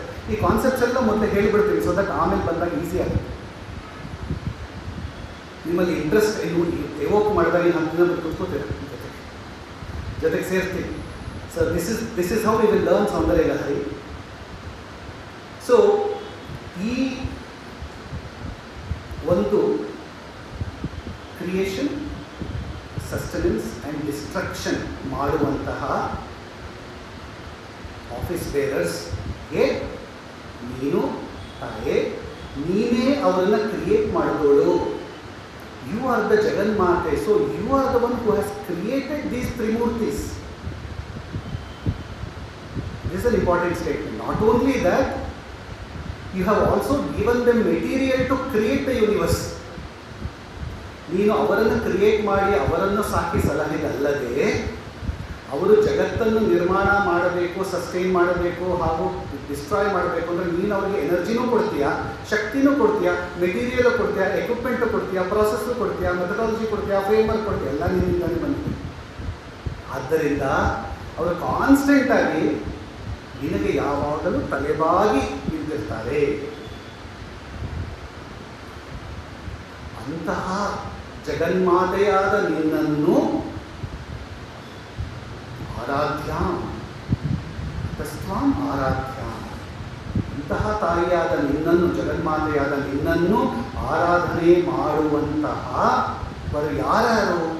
ಒಂದು ತ್ರಿಮೂರ್ತಿಗಳು, ಹರಿಹರ ವಿರಿಂಚಿ ಅಥವಾ ವಿರಿಂಚ ಅಂದರೆ ಬ್ರಹ್ಮ, ಹರಿಹರ ಅಂದರೆ ಇವರು ಆದಿವಿಹಿ, ಆದಿ ಅಂತಂದರೆ ಮುಂತಾದವರು, ಆ್ಯಂಡ್ ಸೋ ಆನ್ ಎಕ್ಸೆಟ್ರಾ. ಈ ಆದಿ ಅನ್ನೋದಕ್ಕೆ 2 ಅರ್ಥ ಬರುತ್ತೆ. ಒಂದು 330 ಕೋಟಿ ದೇವತೆಗಳು ಅಂತ ಬಂದ್ಬಿಡುತ್ತೆ ಆದಿ ಅಂತ. ಆದಿಯನ್ನು ಒಂದೇ ವರ್ಡ್ಗೆ ಆ್ಯಂಡ್ ಸೋ ಆನ್ ಅಂತ ಅಂದ್ಬಿಟ್ರು. ಆ್ಯಂಡ್ ಸೋ ಆನ್ ಅಂದರೆ ಯಾರು? ಎಲ್ಲ ದೇವತೆಗಳು, 330 ಕೋಟಿ ದೇವತೆಗಳು ಕೂಡ ಎಲ್ಲರಿಗೂ ನೀನೇ ಜಗನ್ಮಾತೆ ಅಂತ ಹೇಳಿದಂಗೆ ಆಗುತ್ತೆ. ಅದು ಒಂದು ಕಡೆ. ಇನ್ನೊಂದು ಕಡೆ ಇದು ಶ್ರೀವಿದ್ಯಾ ಗ್ರಂಥವಾದ್ದರಿಂದ, ಸೌಂದರ್ಯ ಲಹರಿ ಶ್ರೀವಿದ್ಯಾ ಗ್ರಂಥವಾದ್ದರಿಂದ ಆದಿ ಎನ್ನೋ ಪದಕ್ಕೆ 12 ಜನ ಶ್ರೀವಿದ್ಯಾ ಉಪಾಸಕರು ಅಂತ ಬರ್ತಾರೆ. ಅದಕ್ಕೊಂದು ಶ್ಲೋಕ ಇದೆ, ಮನುಷ್ಯಂದ್ರ ಕುಬೇರಶ್ಚ ಅಂತ. ಅದನ್ನು ಹೇಳಲ್ಲ. ಈ 12 ಜನರು ಯಾರು, ಇದಕ್ಕೆ ದ್ವಾದಶ ವಿದ್ಯೆ ಅಂತ ಕರೀತೀವಿ. 12 ಜನ ಶ್ರೀವಿದ್ಯೆಯನ್ನು ಒಂದು ಸ್ವಲ್ಪ ಹೇಳ್ಕೊಂಡ್ಬರ್ತೀನಿ, ಯಾಕಂದರೆ ಸೌಂದರ್ಯದಲ್ಲಿ ಶ್ರೀವಿದ್ಯಾ ಗ್ರಂಥವಾದ್ದರಿಂದ ನಾವು ಸ್ವಲ್ಪ ತಿಳಿಬೇಕು. ಶಿವ ಒಬ್ಬ ಶ್ರೀವಿದ್ಯಾ ಉಪಾಸಕ. ಶಿವಶಕ್ತಿ ವಿದ್ಯೆ ಅಂತ ಒಂದು ಶ್ರೀವಿದ್ಯೆ ಇದೆ, ಅದಕ್ಕೆ ಆದಿವಿದ್ಯೆ ಅಂತ ಕರೀತೀವಿ. ಲೋಪಾಮುದ್ರ ವಿದ್ಯೆ ಅಂತೀವಿ. ಲೋಪಾಮುದ್ರ ಯಾರು? ಅಗಸ್ತ್ಯರ ಹೆಂಡತಿ. ಈ ಲೋಪಾಮುದ್ರ ವಿದ್ಯೆಗೆ ನಾವು ಹಾದಿ ವಿದ್ಯೆ ಅಂತ ಕರಿತೀವಿ. ಕ್ರೋಧ ಭಟ್ಟಾರಕ ದುರ್ವಾಸ ಮುನಿ, ಅವ್ರದ್ದು ಈ ವಾಸ ಶ್ರೀವಿದ್ಯಾ ಉಪಾಸಕ, ಸೊ ದೇವಿ ಉಪಾಸಕ. ಮನುವಿದ್ಯೆ, ಅದಕ್ಕೆ ಮಾನವೀಯ ವಿದ್ಯೆ ಅಂತ ಕರಿತೀವಿ. ನಾವು ಮನುವಿನ ಮಕ್ಕಳಾದ್ದರಿಂದ ಮಾನವರು, ಮನುಷ್ಯರು. So Manu is also an office ಬೇರೆ. ಇವತ್ತು ಯಾವ ಮನು ನಡೀತಾ ಇದೆ ಇವಾಗ ಗೊತ್ತಾ? ವೈವಸ್ವತ. ಶುರುವಾಗೋದು ಸ್ವಯಂಭೂವಿಯಿಂದ, ಇವತ್ತು ವೈವಸ್ವತ ಮನ್ವಂತರ. ಸೊ ಇನ್ನೊಂದು ಶ್ಲೋಕಕ್ಕೆ ಹೋದಾಗ ಈ ಮನ್ವಂತರಗಳನ್ನು ನೋಡೋಣ. ಕಾಲ ಅಂದ್ರೇನು, ಮನ್ವಂತರ ಅಂದ್ರೇನು, ಕಲ್ಪ ಅಂದ್ರೇನು, ಒಂದು ಕಲ್ಪದಲ್ಲಿ ಎಷ್ಟು ಮನ್ವಂತರಗಳಿರುತ್ತೆ, ಎಷ್ಟು ಸಾವರಣಗಳಿರ್ತಾರೆ, ಯುಗ ಅಂದರೆ ಏನು, ಅದೆಲ್ಲ ನೋಡೋಣ. ಸೊ ಮಾನವೀಯ ವಿದ್ಯೆ ಅಂತ ಒಂದು ವಿದ್ಯೆ ಇದೆ. ಚಾಂದ್ರಿ ವಿದ್ಯೆ, ಚಂದ್ರನೂ ಕೂಡ ಶ್ರೀವಿದ್ಯಾ ಉಪಾಸಕ, ದೇವಿಯ ಉಪಾಸಕ. ಚಾಂದ್ರಿ ವಿದ್ಯೆ. ಕೌಬೇರಿ ವಿದ್ಯೆ ಅಂದರೆ ಕುಬೇರನ ವಿದ್ಯೆ. ದ ತತ್ವ, ದ ದೇವತೆ who is responsible, he is our wealth management guy. High net worth ಇಂಡಿವಿಜುವಲ್ಸ್ನ ಮ್ಯಾನೇಜ್ ಮಾಡೋನು ನಮ್ಮ ಕುಬೇರ. ಮನುಷ್ಯರುಗಳಿರಲ್ಲ, ದೇವತೆಗಳಿರಲ್ಲ. ಈಸ್ ಅನ್ ಇನ್ವೆಸ್ಟ್ಮೆಂಟ್ ಬ್ಯಾಂಕರ್ ಅಂತ ಕರೆಯುವುದು ಕುಬೇರ. ಆಯಿತಾ? ಸೊ ಕೌಬೇರಿ ವಿದ್ಯೆ ಅಂತಿದೆ. ಇನ್ನೊಂದು ಅಗಸ್ತ್ಯ ವಿದ್ಯೆ. ಲೋಪಾಮುದ್ರ ವಿದ್ಯೆ ಇದೆ, ಅಗಸ್ತ್ಯ ವಿದ್ಯೆ ಅನ್ನೋದು. Agastya was also a Srividya ಉಪಾಸಕ. ನಮ್ಮ ಸೌತ್ ಇಂಡಿಯಾ ಪೂರ್ತಿ ನವಾಗ ಅಗಸ್ತ್ಯರಿಗೆ ಚಿರಋಣಿಗಳು. ನಂದಿ ವಿದ್ಯೆ, Nandi was also one of the Srividya ಉಪಾಸಕ. ಪ್ರಭಾಕರಿ ವಿದ್ಯೆ, ಪ್ರಭಾಕರ ಅಂದರೆ ಸೂರ್ಯನೂ ಕೂಡ ಒಂದು ಶ್ರೀವಿದ್ಯಾ ಉಪಾಸಕ ಒಬ್ಬ. ಷಣ್ಮುಖಿ ವಿದ್ಯೆ, ಷಣ್ಮುಖ ನಮ್ಮ ಕುಮಾರ, ಮುರುಗನ್ ಅಂತ ಕರಿತೀವಲ್ಲ, ಶಿವಶಕ್ತಿಯರ ಮಗ. ಆಮೇಲೆ ಪರಮಶಿವ ವಿದ್ಯೆ, ಪರಮಶಿವ ಕೂಡ ಒಬ್ಬ ಶ್ರೀವಿದ್ಯಾ ಉಪಾಸಕ. ಕಡೆಗೆ ವೈಷ್ಣವಿ ವಿದ್ಯೆ, ವಿಷ್ಣು. ಸೊ ಈ 12 ವಿದ್ಯೆಗಳಿದೆ. ಇದನ್ನು ತ್ರಿಪುರ ತಾಪನಿ ಉಪನಿಷತ್ತಲ್ಲಿ ನಾವು ನೋಡ್ತೀವಿ. ಮುಂದೆ ಹೋದಾಗ ಸ್ವಲ್ಪ ನಿಮಗೆ ಕೊಡ್ತೀವಿ. ಹರಿಹರ ವಿರಿಂಚ ಆದಿವಿ ಅಂತಂದರೆ ಈ ಆದಿ ಎನ್ನುವವರೆಗೆ ಈ 12 ಜನ ಶ್ರೀವಿದ್ಯಾ ಉಪಾಸಕರು ಕೂಡ ಇದ್ದಾರೆ ಅಂತ. ಇನ್ನೊಂದು ವಿದ್ಯೆ, ಇಲ್ಲಿ ಮುಖ್ಯವಾದ ವಿದ್ಯೆ ಮನ್ಮಥ ವಿದ್ಯೆ ಅನ್ನೋದು ಒಂದಿದೆ. ಮನ್ಮಥ ಶ್ರೀವಿದ್ಯಾ ಉಪಾಸಕರಲ್ಲಿ ಅತ್ಯಂತ ಶ್ರೇಷ್ಠವಾದ ಸ್ಥಾನ ಪಡೀತಾನೆ. ಮನ್ಮಥ ಅಂದರೆ ಮೂಗು ಮುರಿದಿದೆ ಸ್ವಲ್ಪ, ಯಾಕಪ್ಪ ಇದು ವಿಚಾರ ಬರುತ್ತಿದೆ. 2 ಶ್ಲೋಕಗಳಿಗೆ ತುಂಬ ಮುಖ್ಯವಾದ ಶ್ಲೋಕಗಳು ಆದಿಶಂಕರರು ಇಟ್ಟಿದ್ದಾರೆ ಮನ್ಮಥನಿಗೋಸ್ಕರ ಮೀಸಲಾಗಿ. ಒಂದು 5ನೇ ಶ್ಲೋಕ ಶ್ರೀವಿದ್ಯೆಯಲ್ಲಿದ್ದು, ಹರಿಸ್ವಾಂ ಆರಾಧ್ಯಾಂ ಪ್ರಣತಜನ ಸೌಭಾಗ್ಯ ಜನನಿ ಪುರಾಣಾರಿ ಭೂತ್ವ ಪುರರಿಪುಮಪಿ ಕ್ಷೋಭಮನಯತ್ ಸ್ಮರೋಪಿತ್ವಾಂ ನತ್ವಾಂ ರತಿನಯನ ಲೇಖೇನ ವಪುಷ ಮುನೀನಾಮಪ್ಯಂತಹ ಪ್ರಭವತಿ ಮೋಹಾಯ ಮಹತಾಂ ಅನ್ನುವ 5ನೇ ಶ್ಲೋಕ ಮನ್ಮಥನಿಗೋಸ್ಕರ ಮೀಸಲಿಟ್ಟಿದ್ದಾರೆ. ಮನ್ಮಥನಿಗೆ ಇನ್ನೊಂದು ಹೆಸರೇನು? ಕಾಮದೇವ, ಕಾಮರಾಜ. ಇಂಗ್ಲೀಷ್ನಲ್ಲಿ ಈರಾಸ್, ಕ್ಯೂಪಿಡ್ ಅಂತ. ಯಾಕೆ ಇದೊಂದು ತತ್ವ ಬರೋಣ. ಹಾಗೆ 6ನೇ ಶ್ಲೋಕಕ್ಕೂ ಕೂಡ ಧನು ಪೌಷ್ಪಂ ಮೌರ್ವಿ ಮಧುಕರಮಯಿ ಪಂಚಕ್ಷಿಕಾ ವಸಂತಃ ಸಾಮಂತೋ ಮಲಯ ಮರುದಾಯೋಧನರತಃ ತಥಾಪ್ಯೇಕ ಸರ್ವಂ ಹಿಮಗಿರಿ ಸುತೆ ಕಾಮಪಿ ಕೃಪಾಂ ಅಪಾಂಗಾತೆ ಲತ್ವ ಜಗದಿದ ಮನಂಗೋ ವಿಜಯತೆ. ಇದೆಲ್ಲವಕ್ಕೂ ಬರೋಣ. ಕಾಮರಾಜನಿಗೆ ಅತ್ಯಂತ ಶ್ರೇಷ್ಠವಾದ ಒಂದು ತುಂಬ ಇಂಪಾರ್ಟೆನ್ಸ್ ಕೊಟ್ಟಿದ್ದಾರೆ ಆದಿಶಂಕರರು. ಬರೆಯಲ್ಲ ಶ್ರೀವಿದ್ಯೆಯಲ್ಲಿ. ಮುಂದೆ ನೋಡೋಣ ಯಾಕೆ ಅಂತ. ಬಟ್ ಒಂದೆರಡು ಸೆಂಟೆನ್ಸ್ನಲ್ಲಿ ಹೇಳ್ತೀನಿ. ಕಾಮಕಲಾ ಸ್ವರೂಪ ಭಗವಂತನ ಜಗನ್ಮಾತೆಯ ಸ್ವರೂಪ ಅಂತ ನೋಡಿದಾಗ, unless there is a law of attraction and a law of repulsion acting in tandem, ಆಕರ್ಷಣಾ ಶಕ್ತಿ ಹಾಗೂ ವಿಕರ್ಷಣ ಶಕ್ತಿ ಎರಡೂ ಕೂಡ ಜೊತೆಗೆ ಇದ್ದರೆ ಜಗತ್ತು ನಿರ್ಮಾಣವಾಗುತ್ತದೆ. ಅರ್ಥಾತ್ ಪಾಸಿಟಿವ್ ನೆಗೆಟಿವ್ ಅನ್ನೋದು ಇರಬೇಕು. Protons neutrons, unless they are oppositely charged, you can never have ions, you can never have atoms. ಅಲ್ವಾ? ಅದು ಎಲ್ಲಿ ಅಟಾಮಿಕ್ ಲೆವೆಲ್. ಒಳಗಡೆ ಹೋದಾಗ, ಪಾರ್ಟಿಕಲ್ ನ್ಯೂಕ್ಲಿಯಸ್ಸಲ್ಲಿ ಹೋದಾಗ ಪ್ರೋಟಾನ್ಸ್ ನ್ಯೂಟ್ರಾನ್ಸ್ ಇರಬೇಕು ಅಲ್ವಾ? ಜೊತೆಗೆ ಥರ್ಮೋನ್ಯೂಕ್ಲಿಯರ್ ಎನರ್ಜಿ ಇರಬೇಕು. There must be a force, there must be energy. ಅದಿದ್ದರೆ ಮಾತ್ರ ಅಟ್ರಾಕ್ಷನ್ ಹಾಗೂ ರಿಪಲ್ಷನ್ ಅನ್ನೋ ಎರಡು ಶಕ್ತಿಗಳು ಇಂಪಾರ್ಟೆಂಟ್. ಜಗತ್ತನ್ನು ಕ್ರಿಯೇಟ್ ಮಾಡಬೇಕಾದ್ರೆ both at a physical universe ನೋಡಿದ್ರೆ, ಹಾಗೆ ಮ್ಯಾಸ್ಕ್ಯುಲೈನ್ ಆ್ಯಂಡ್ ಫೆಮಿನೈನ್ ಅಂತ ಇರಬೇಕು. ಪ್ರಕೃತಿ ಪುರುಷ ಅಂತ ಎರಡು ಈಕ್ವಲ್ ಆಪೋಸಿಟ್ ಇರಬೇಕು. ಆವಾಗ ತಾನೇ ಸೃಷ್ಟಿ ಸಾಧ್ಯ. ಈ ಎರಡು ತತ್ವಗಳಿರಬೇಕು ಅಂದರೆ ಜಗತ್ತಿನವನಿಗೆ ಕಾಮೇಶ್ವರ ಕಾಮೇಶ್ವರಿ ಅಂತ ಹೆಸರು ಕೊಟ್ಟಿದ್ದು ಯಾಕೆ? ಎಲ್ಲಿಂದ ಬಂತು ಹೆಸರು? ಆ ಕಾಮ ಅನ್ನೋ ವರ್ಡ್ ಬೇಕಲ್ಲ. Not in a negative connotation. ಕಾಮ ಅಂದರೆ ಜಗತ್ತನ್ನು ನಾನು ನಿರ್ಮಾಣ ಮಾಡಬೇಕು, ಏಕೋಹಂ ಬಹುಶ್ಯಾಮ ಅನ್ನುವ ಒಂದು ಕಾಮನೆ, ಡಿಸೈರ್ ಶಿವನಲ್ಲಿ ಉಂಟಾಗಬೇಕಲ್ಲ. ಆ ಕಾಮನೆ ಅನ್ನೋ ಡಿಸೈರ್ಗೆ ಒಂದು ಮೀನಿಂಗ್ ಕೊಟ್ಟರು, ಅರ್ಥ ಕೊಟ್ಟರು. I want to become many ಅಂತ ಶಿವ ತನ್ನನ್ನು ತಾನು ಯೋಚನೆ ಮಾಡಿದ. ಆ ಒಂದು ಆಲೋಚನೆಯ ಮಿಂಚು ಕಾಮತತ್ವವಾಗಿ ಪರಿಣಾಮ ಹೊಂದಿತು. ಆ ಕಾಮತತ್ವವೇ ಮನ್ಮಥ. ಎಲ್ಲಿ ನಿಲ್ಲಿಸಿದ್ದಾರೆ ಆದಿಶಂಕರರು? ಆ ಕಾಮತತ್ವಕ್ಕೆ ಅವರು 5ನೇ ಶ್ಲೋಕ 6ನೇ ಶ್ಲೋಕದಲ್ಲಿ ಹೇಳ್ತಾರೆ. ವೈ ಈಸ್ ಕಾಮತತ್ವ so important in Srividya? Because Srividya is a complete ವಿದ್ಯೆ. It does not negate anything. ಯಾವುದನ್ನು ಅದು ರಿಜೆಕ್ಟ್ ಮಾಡಲ್ಲ. ಇಡೀ ಬ್ರಹ್ಮಾಂಡ ಸೃಷ್ಟಿಯಾಗಬೇಕು ಅಂದರೆ we have to accept everything as it is. ಎಲ್ಲೂ ಲೋಪ ಬರಬಾರ್ದು, ಒಳಗಡೆ ಎಲ್ಲೂ ಒಂದು ಎಂಟಿನೆಸ್ ಇರಬಾರ್ದು, ಎಲ್ಲ ಫುಲ್ ಆಗಿರಬೇಕು, ಎಲ್ಲದೂ ಚೆನ್ನಾಗಿರಬೇಕು. ಅವಾಗ ಮಾತ್ರ ಪ್ರಕೃತಿ ಸಮೃದ್ಧಿಯಾಗಿ ಅದು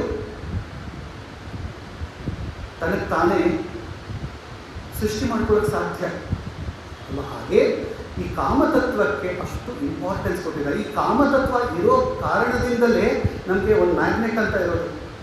ಮ್ಯಾಗ್ನೆಟ್ ಅಂತ ಇರಬೇಕಾದ್ರೆ ನಾರ್ತ್ ಪೋಲ್ ಸೌತ್ ಪೋಲ್ ಅಂತ ಇರಬೇಕಾದ್ರೆ there is something called as repulsion and attraction that comes as a property of a magnet. ಹಾಗೆ ನಮ್ಮ earth is also natural magnet. ಅದಿರೋದಕ್ಕೆ ನಮ್ಮ ಜೀವ ಇರೋದು. ಗ್ರಾವಿಟಿ ಈಸ್ ಅ ಕಾಮತತ್ವ. ಆ ಗ್ರಾವಿಟಿ ಅನ್ನೋದಿರೋದಕ್ಕೆ ನಮಗೆ ಸೋಲಾರ್ ಸಿಸ್ಟಮ್ ಕೆಲಸ ಮಾಡ್ತಾರೆ ಅಲ್ವಾ? ಸೊ ಕಾಮತತ್ವ is a very very important element. And this ಕಾಮತತ್ವ ಈಸ್ ನಾಟ್ ಎ ಇನರ್ಟ್. ಅದರಲ್ಲಿ ಜೀವ ಇದೆ. ಈ ಕಾಮತತ್ವ ಇಸ್ ಫಿಲ್ಡ್ ವಿತ್ ಲೈಫ್. ಈ ಕಾಮತತ್ವಕ್ಕೆ ಆದಿಶಂಕರರು ಒಬ್ಬನೇ ಅಲ್ಲ, ಇವನೇ ಅನಂಗ ಅಂತ ಕರೆಸ್ಕೊಂಡ. ಇದಕ್ಕೊಂದು ಕಥೆ ಇದೆ ಅಲ್ವಾ? ಕಾಮದಹನ ಅಂತ ಬೇರೆ ನಾವು ಅದನ್ನು ಇಮ್ಮಾರ್ಟಲೈಸ್ ಮಾಡಿದ್ದೀವಿ, ಹೋಳಿ ಹಬ್ಬ ಅಲ್ವಾ? ಯಾರು ಈ ಕಾಮ? ಅವನು ಸ್ವಲ್ಪ ಚೇಷ್ಟೆ ಮಾಡಿದ. ಯಾವಾಗ ಶಿವನವನನ್ನು 3ನೇ ಕಣ್ಣಿನಿಂದ ದಹನ ಮಾಡಿದ ಮೇಲೆ, ಕುಮಾರ ಸಂಭವದಲ್ಲಿ ಓದ್ತೀವಿ, ದಹನ ಮಾಡಿದ ಮೇಲೆ ಪಾರ್ವತಿಯು ಶಿವನನ್ನು ಕುರಿತು ತಪಸ್ ಮಾಡ್ತಾ ಇದ್ದಾರೆ. ಕಾಮ ಬಂದ, ನಾನು ಹೆಲ್ಪ್ ಮಾಡ್ತೀನಿ ನಿಮಗೆ ಅಂತ ಹೇಳಿ ವಸಂತ ಋತುವಿನಿಂದ ಎಲ್ಲ ಕ್ರಿಯೇಟ್ ಮಾಡಿದ. ಅವನು ಡಿಸ್ಟರ್ಬ್ ಆದ ಶಿವ ಕಡೆಗೆ ಕಣ್ಬಿಟ್ಟ, ಕಾಮನ್ ನೋಡಿದ, ಸುಟ್ಟ. ಈ ಸುಟ್ಟಂತಹ ಕಾಮನಿಗೆ ಪಾರ್ವತಿಗೆ ತುಂಬ ಅನುಕಂಪ ಬಂತು. ಅವಳವನಿಗೆ ದೇಹವನ್ನು ಕೊಡಲಿಲ್ಲ, ಶಕ್ತಿಯನ್ನು ಕೊಟ್ಟಳು. ಅದಕ್ಕೆ ಅವನಿಗೆ ಅಂಗವಿಲ್ಲದವನು ಅಂದರೆ ದೇಹವಿಲ್ಲದವನು ಅನಂಗ ಅಂತ ಹೆಸರು. ಅವನಿಗೆ ಮತ್ತೆ power ಕೊಟ್ಟಳು.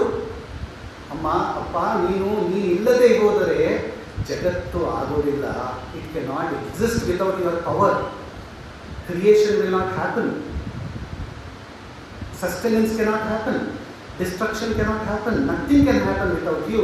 So you need to be there ಅಂತ ಹೇಳಿ ಅವನಿಗೆ ಮತ್ತೆ ಜೀವದಾನ ಮಾಡಿ, ಆಮೇಲೆ ಅವನ ಬಂಡಾಸುರನ ಒಂದು ಅಂಶ ಆಗತ್ತೆ. ಆಮೇಲೆ ಲಲಿತೋಪಾಖ್ಯಾನದಲ್ಲಿ ಓದಿದಾಗ ನಿಮಗೆ ಬರುತ್ತೆ.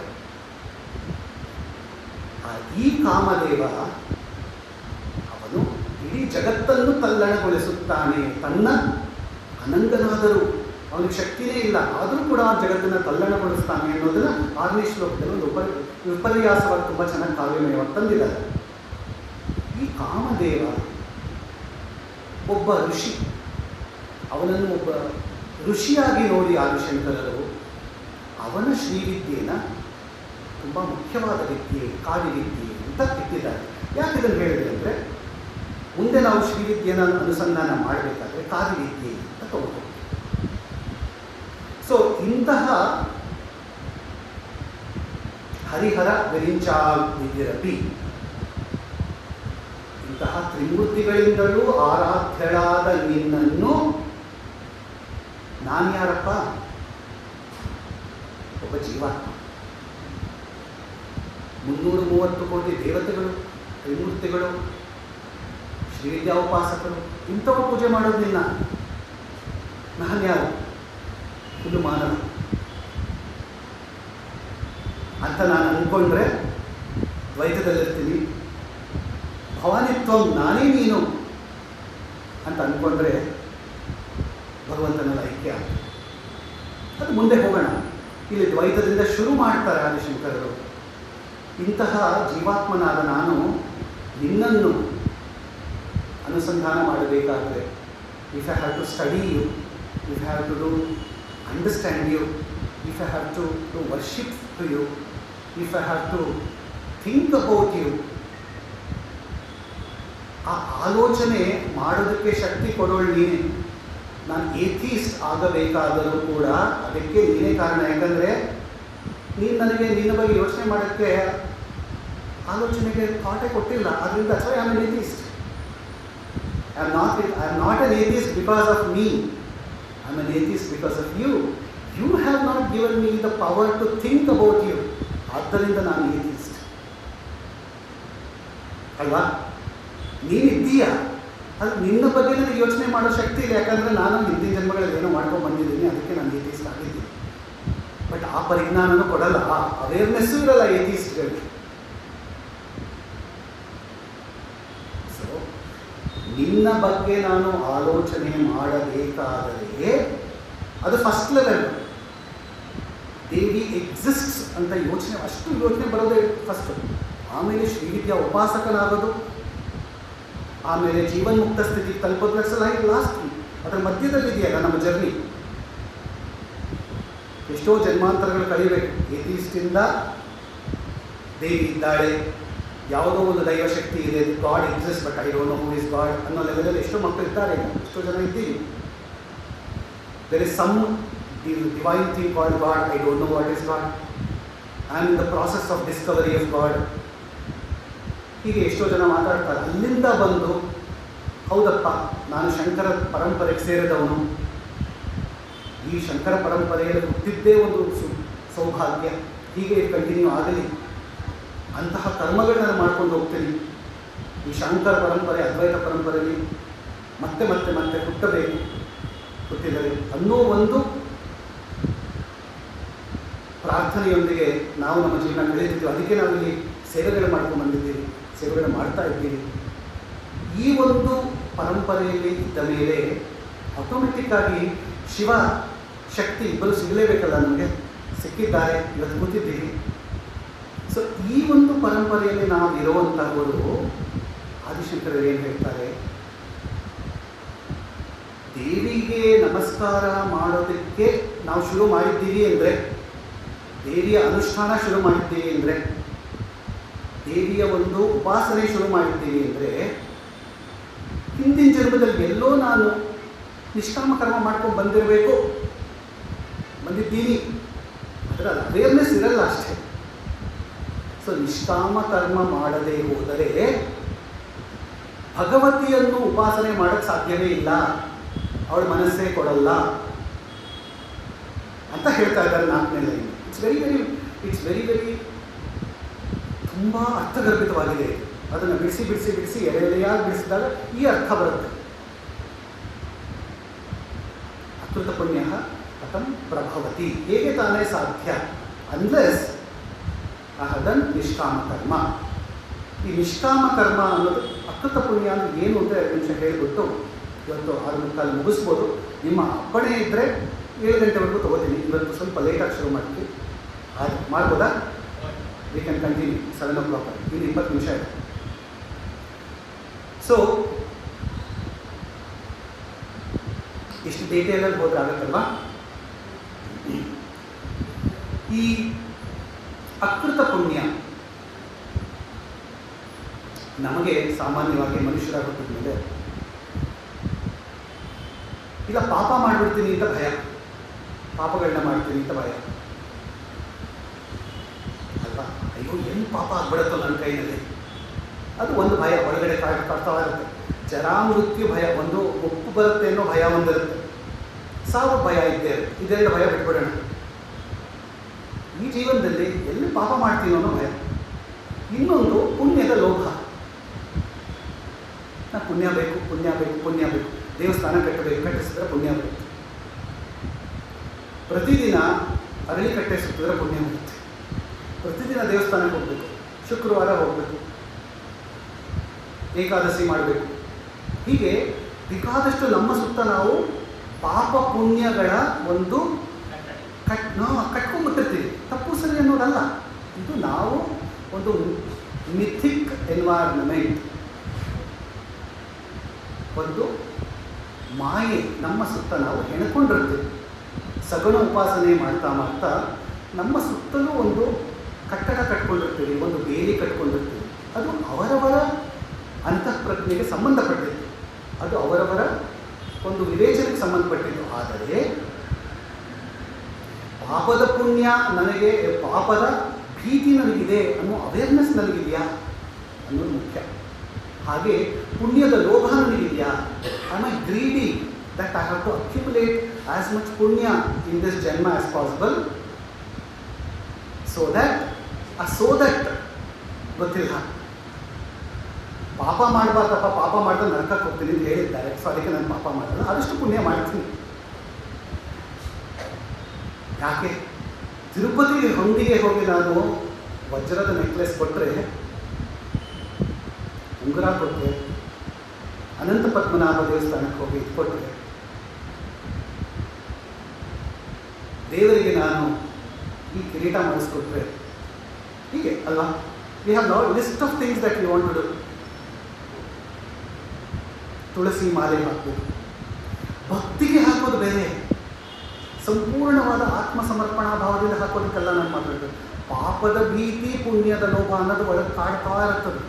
ಇಟ್ಸ್ ನಮ್ಗೆ ಗೊತ್ತಿಲ್ಲದೆ ಇರೋ ಒಂದು ಕ್ಲಾಕ್, ಅದು ಓಡ್ತಾ ಇರುತ್ತೆ. There is a fear inside us. ಅದನ್ನು ಆದಿಶಂಕರಲ್ಲ ಅಡ್ರೆಸ್ ಮಾಡಿದ್ದಾರೆ ಮೊದಲನೇ ಶ್ಲೋಕದಲ್ಲಿ. ಈ ಫಿಯರ್ ಆ್ಯಂಡ್ ಗ್ರೀಡ್ ಆಫ್ ಪಾಪ ಆ್ಯಂಡ್ ಪುಣ್ಯ ಒಂದು ಕರ್ಮ ಕಾಂಡದಲ್ಲಿ ನಮ್ಮನ್ನು ಕಣ್ಣು ಮುಚ್ಚಿಕೊಂಡಿರೋ ಕುದುರೆ ಥರ ಓಡಿಸ್ತಾ ಇರುತ್ತೆ. ಇದು ಕರ್ಮಕಾಂಡ ಅಲ್ವಾ? ಮಂಡನ ಮಿಶ್ರರು ಹೇಳ್ತಾರೆ ಕರ್ಮಕಾಂಡ. ಬಟ್ ಮಂಡನ ಮಿಶ್ರರು ಹೈ ಲೆವೆಲಲ್ಲಿ ಹೇಳಿದ್ರು, ಈ ಲೆವೆಲಲ್ಲ ಅವ್ರು ಮಾತಾಡಿದ್ರು. ನಿಷ್ಕಾಮ ಕರ್ಮದ ಬಗ್ಗೆ ಅವ್ರು ಮಾತಾಡಿದ್ರು ಕರ್ಮಯೋಗದಲ್ಲಿ, ಕರ್ಮಕಾಂಡದಲ್ಲಿ. ಆದರೆ ನಾವು ಆ ಲೆವೆಲಲ್ಲಿ ಇಲ್ಲ. ಮಂಡನ ಮಿಶ್ರರು ನಾನು ಸತ್ಕರ್ಮ ಮಾಡದೆ ಯಾವುದಾದರೂ ಕೆಟ್ಟ ಕರ್ಮಗಳ ಮಾಡಿದರೆ ಅದಕ್ಕೆ ನಾನು ಪ್ರಾಯಶ್ಚಿತ್ತ ಮಾಡಿಕೊತೀನಿ ಅನ್ನೋ ಮೂಡಲ್ಲಿ ಅವರು ಆಪರೇಟ್ ಮಾಡ್ತಾ ಇದ್ರು. ಇವತ್ತು ನಾನು ಆ ಮೂಡಲ್ಲಿ ಇಲ್ಲಲ್ಲ. ಅಯ್ಯೋ ಪಾಪ ಮಾಡಿದ್ರೆ ಪರವಾಗಿಲ್ಲ, ಮಾಫಿ, ಸಾಕ್ಕೊಂಡು ಮಾಫಿ ಅನ್ನೋ ಮೂಡಲ್ಲಿ ಇರ್ತೀನಿ. ಇಲ್ಲ, ಪುಣ್ಯದ ಅಕ್ಯುಮುಲೇಷನಲ್ಲಿ ಕಾಲ ಕಳೆದಿರ್ತೀನಿ. ಆದರೆ ಪುಣ್ಯ ಏನು, ಯಾಕೆ ಪುಣ್ಯ ಮಾಡಬೇಕು, ಆ ಪುಣ್ಯ ಮಾಡಿದರೆ ಏನು ಅಂತ ಒಂಚೂರು ಒಳಗಡೆ ಹೋದಾಗ ಭೂಹು ಭುವಃ ಸುವಹ, ಪುಣ್ಯ ಮಾಡಿದರೂ ಕೂಡ ಆ ಪುಣ್ಯನ ಖರ್ಚು ಮಾಡಬೇಕಾದ್ರೆ ನೆಕ್ಸ್ಟ್ ಜನ್ಮದಲ್ಲಿ ಹೇಳ್ತಾರೆ, ಇಲ್ಲ ಸ್ವರ್ಗದಲ್ಲಿ ನೀವು ಖರ್ಚು ಮಾಡ್ಕೋಬೇಕು, ಮತ್ತೆ ವಾಪಸ್ ಮನುಷ್ಯನಾಗಿ ಹುಟ್ಟಲೇಬೇಕಲ್ಲ. ಅಷ್ಟು ಟೈಮು ಅದೊಂಥರ ಬ್ಯಾಟ್ರಿ ಥರ, ಪಾಪದ ಬ್ಯಾಟ್ರಿ, ಪುಣ್ಯದ ಬ್ಯಾಟ್ರಿ. ಆಯಿತಾ? ಆ ಪಾಪದ ಬ್ಯಾಟ್ರಿ ಫುಲ್ ಆಗೋದು ಹೋಗಿ ನರಕದಲ್ಲಿ ನೀನು ಖರ್ಚು ಮಾಡ್ಕೊಂಡು ಮತ್ತೆ ಮಾನವಾಗಿ ಹುಟ್ಟು ಬರಬೇಕು, ಪಂಚಭೂತಗಳಲ್ಲಿ ಹುಟ್ಟು ಬರಬೇಕು. ಈಗ ಪುಣ್ಯ ಮಾಡಿದ್ರೆ ಪುಣ್ಯದ ಬ್ಯಾಟ್ರಿ ಖರ್ಚಾಗೋವರೆಗೆ ಸ್ವರ್ಗದಲ್ಲಿ ಹೋಗಿ ಖರ್ಚು ಮಾಡ್ಕೊಂಡು ಮತ್ತೆ ವಾಪಸ್ ಬರಬೇಕು. ಸೊ ಮಾನವನಾಗಿ ಹುಟ್ಟೋದು ಕಟ್ಟಿಟ್ಟ ಬುದ್ಧಿ, ಚೇಂಜ್ ಆಗಲ್ಲ ಅದು. ಇದೆಲ್ಲ ಕೇಳಿದ್ದೀವಲ್ಲ ನಾವು, ನಾವೇನು ಮೊದಲು ಹೇಳ್ತಾ ಇಲ್ಲ. This is something that we all know. ಎಲ್ಲ ವೇದಾಂತಗಳಲ್ಲಾಗಲಿ, ಯಾವ ನೀವು ಒಂದು ವ್ಯಾಖ್ಯಾನಗಳಲ್ಲಾಗಲಿ, ಎಲ್ಲ ಕಡೆ ಇದೇನೇ ಹೇಳೋದು ಇರಲಿ. ಈಗ ಪಾಪದ ಭೀತಿಯಿಂದಾಗಲಿ ಪುಣ್ಯದ ಲೋಭದಿಂದಾಗಲಿ ನಾವು ನಮ್ಮ ಕರ್ಮಗಳನ್ನು ಮಾಡದೆ ವಿ ಹ್ಯಾವ್ ಟು ಅದರಿಂದ ಮೇಲೆ ಏಳಬೇಕು.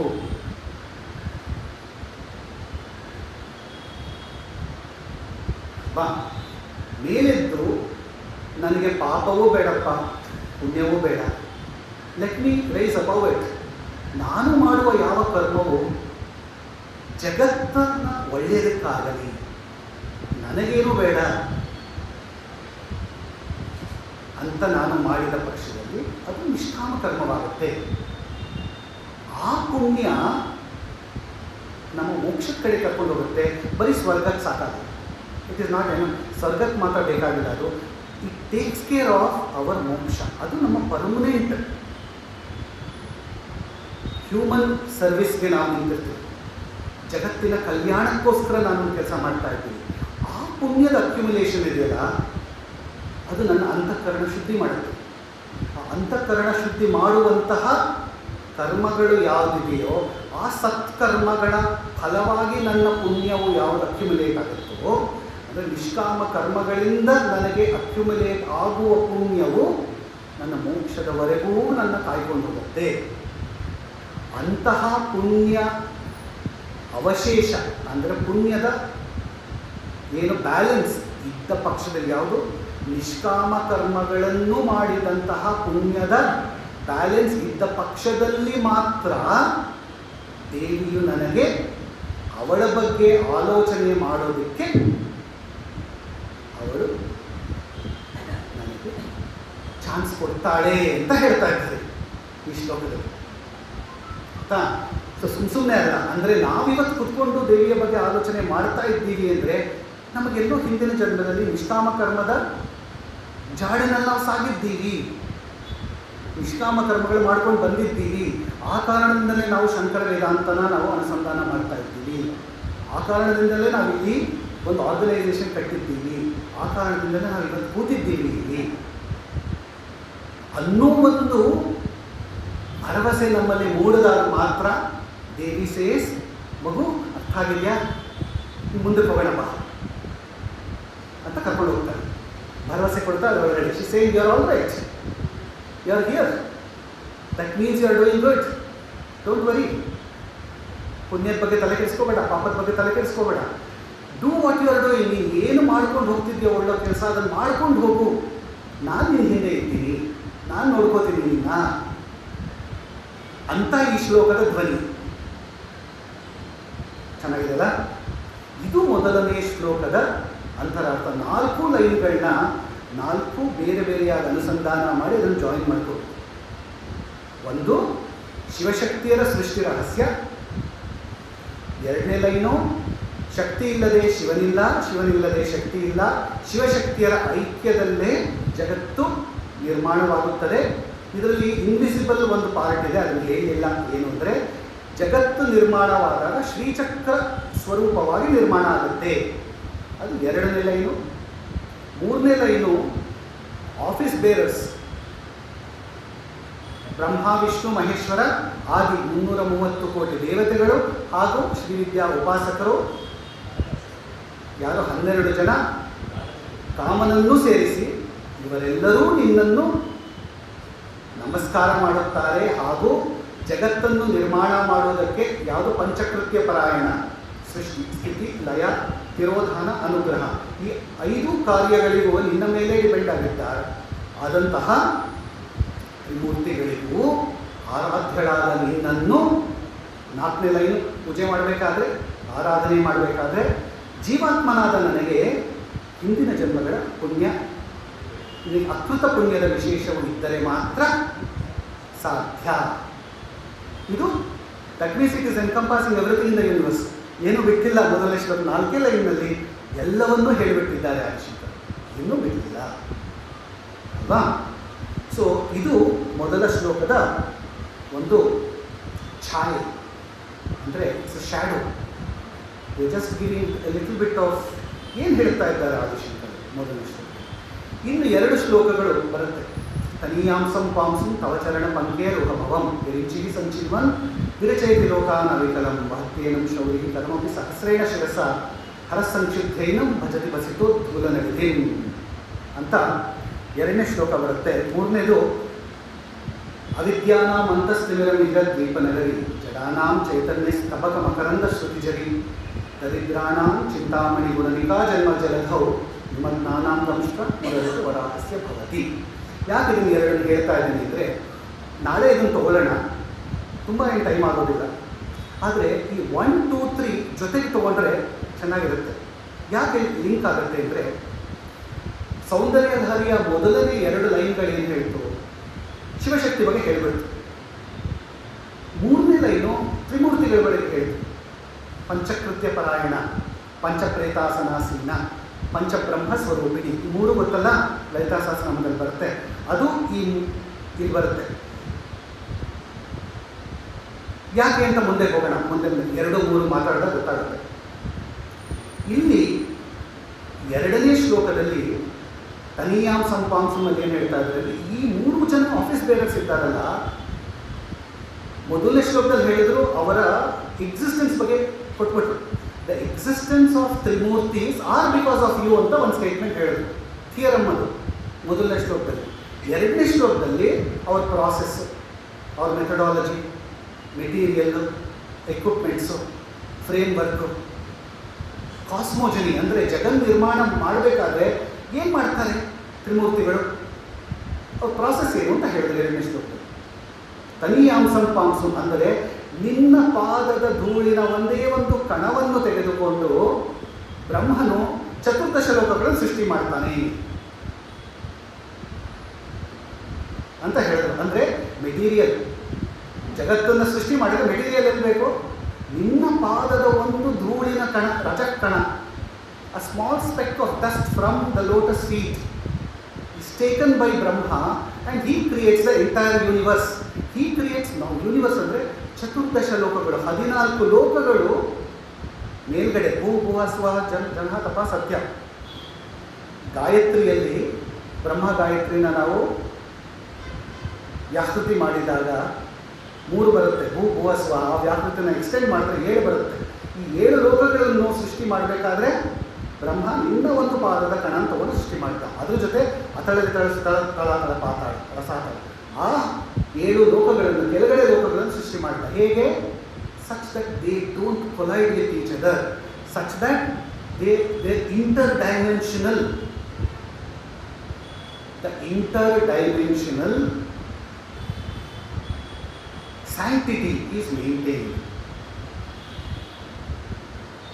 ಯಾವ ಡೈಮೆನ್ಷನ್ಸು ಕೂಡ ಒಂದಕ್ಕೊಂದು ತಾಕದೇ ಇರೋ ಹಾಗೆ ಅಷ್ಟು ಬ್ಯೂಟಿಫುಲ್ ಆಗಿ ಇಟ್ಟ. ಅದಾದ ಮೇಲೆ ವಿಷ್ಣು ಡಿಸ್ಟ್ರಾಯ್ ಆಗೋವರೆಗೂ ಅದನ್ನು ಕಾಪಾಡ್ತಾನೆ.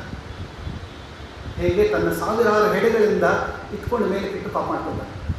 ಆಮೇಲೆ ಅದು ಡಿಸ್ಟ್ರಾಯ್ ಆಗೋ ಟೈಮ್ನಲ್ಲಿ, ಮಹಾ ಸಂಹಾರ ಪ್ರಳಯ ಕಾಲದಲ್ಲಿ ಶಿವ ಅದನ್ನು ಡಿಸ್ಟ್ರಾಯ್ ಮಾಡ್ತಾನೆ. ಇದು 2ನೇ ಶ್ಲೋಕ. ನಾಳೆ ನೋಡೋಣ ಅದನ್ನು. 3ನೇ ಶ್ಲೋಕ ಇದು ಸೌಂದರ್ಯ ಲಹರಿ ಮೊದಲನೇ ಶ್ಲೋಕದಲ್ಲಿ 3ನೇ ಲೈನ್ನ ಅಡ್ರೆಸ್ ಮಾಡ್ತೀವಿ, ದ ಆಫೀಸ್ ಬೇರರ್ಸ್ನ ತೊಗೊಂಡ್ರೆ. 4 ಲೈನ್ ಇದ್ದಿದ್ದು ಜೀವಾತ್ಮ, ನನಗೆ ಅಕೃತ ಪುಣ್ಯವಿಲ್ಲದೆ ಹೇಗೆ ನಿನ್ನ ಪೂಜೆ ಮಾಡಿ ನನ್ನನ್ನು ಅಡ್ರೆಸ್ ಮಾಡುತ್ತೆ.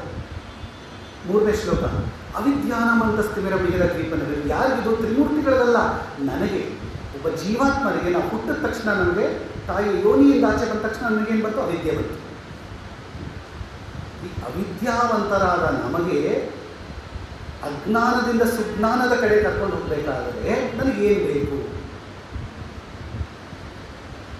ಜಡಾನ ಜಡರು ಅಂದರೆ ಯಾರು, ದರಿದ್ರಾಣ ದರಿದ್ರರು ಅಂದರೆ ಯಾರು, ನಿಮಗ್ನಾನ ನಿಮಗ್ನರು ಅಂದರೆ ಈ 4 ಗುಣಗಳು ನನ್ನಲ್ಲೇ ಇದೆ. ನಾನು ಜಡ, ನಾನು ಅವಿದ್ಯಾವಂತ, ನಾನು ದರಿದ್ರ. ದರಿದ್ರ ಅಂದರೆ ಲೌಕಿಕ ದಾರಿದ್ರ್ಯ ಅಲ್ಲ, ಪಾರಮಾರ್ಥಿಕ ದಾರಿದ್ರ್ಯ. ದೇವರು ಅನ್ನೋದೇ ಗೊತ್ತಿಲ್ಲ, ದೇವರಿಗೆ ಏನು ಅಂತ ಗೊತ್ತಿಲ್ಲ, ನಮ್ಮ ಸನಾತನ ಧರ್ಮದ ಪರಂಪರೆ ಅರ್ಥ ಆಗಲ್ಲ. ಪಾರಮಾರ್ಥಿಕ ದಾರಿದ್ರ್ಯ, ಜಡ, ಅಪರ್ಸನ್ನಿಕ್ ಇನರ್ಷಿಯ. ಅಯ್ಯೋ ಯಾರು ಹೋಗ್ತಾರೆ ಈ ಸೌಂದರ್ಯದಲ್ಲಿ ಟಾಪಿಗೆ, ಆರಾಮಾಗಿ ಮನೇಲಿ ಕೂತ್ಕೊಂಡು ಇನ್ಸ್ಟಾಗ್ರಾಮ್ ನೋಡೋಣ, ವಾಟ್ಸಪ್ ನೋಡೋಣ, ಎಷ್ಟೊಂದು ಇರಲಿ ಪರವಾಗಿಲ್ಲ. ಆನ್ಲೈನಲ್ಲಿ ಫೇಸ್ಬುಕ್ ಲೈವ್ ಬಂದರೆ ನೋಡೋಣ, ಮುಂದೆ ಯೂಟ್ಯೂಬಲ್ಲಿ ಲಿಂಕ್ ಕಳಿಸಿದ್ರೆ ನೋಡೋಣ. ಜಡ, ಇನರ್ಷಿಯ, ಜಡತ್ವ that drives all of us. ಈ ಜಡತ್ವ ನಮ್ಮಲ್ಲೇ ಇರುತ್ತೆ ಇನ್ ಆಲ್ ರೆಸ್ಪೆಕ್ಟ್ಸ್. ಮೋಕ್ಷ ಬೇಕು ಅನ್ನೋ ಅರ್ಜೆನ್ಸಿ ಇಲ್ಲ, ಮುಮುಕ್ಷತ್ವ ಇಲ್ಲ, ಜಡತ್ವ ಅದು. ಅವಿದ್ಯೆ, ಜ್ಞಾನ ಇಲ್ಲ, ಭಕ್ತಿ ಇದೆ, ಆದರೆ ಭಕ್ತಿಗೆ ತಕ್ಕ ಜ್ಞಾನ ಇಲ್ಲ ಇದು. So how will devis work help us in this? ಕಡೆ ನಿಮಗ್ನ ಭವಸಾಗರದಲ್ಲಿ, ಸಂಸಾರ ಸಾಗರ ಅನ್ನೋ ಒಂದು ಸಾಗರದಲ್ಲಿ ಮುಳುಗಿದ್ದೀವಿ ನಾವು. ಆದ್ದರಿಂದ ಅದರಿಂದ ಹೇಗೆ ಹೊರಗೆ ಬರೋದು?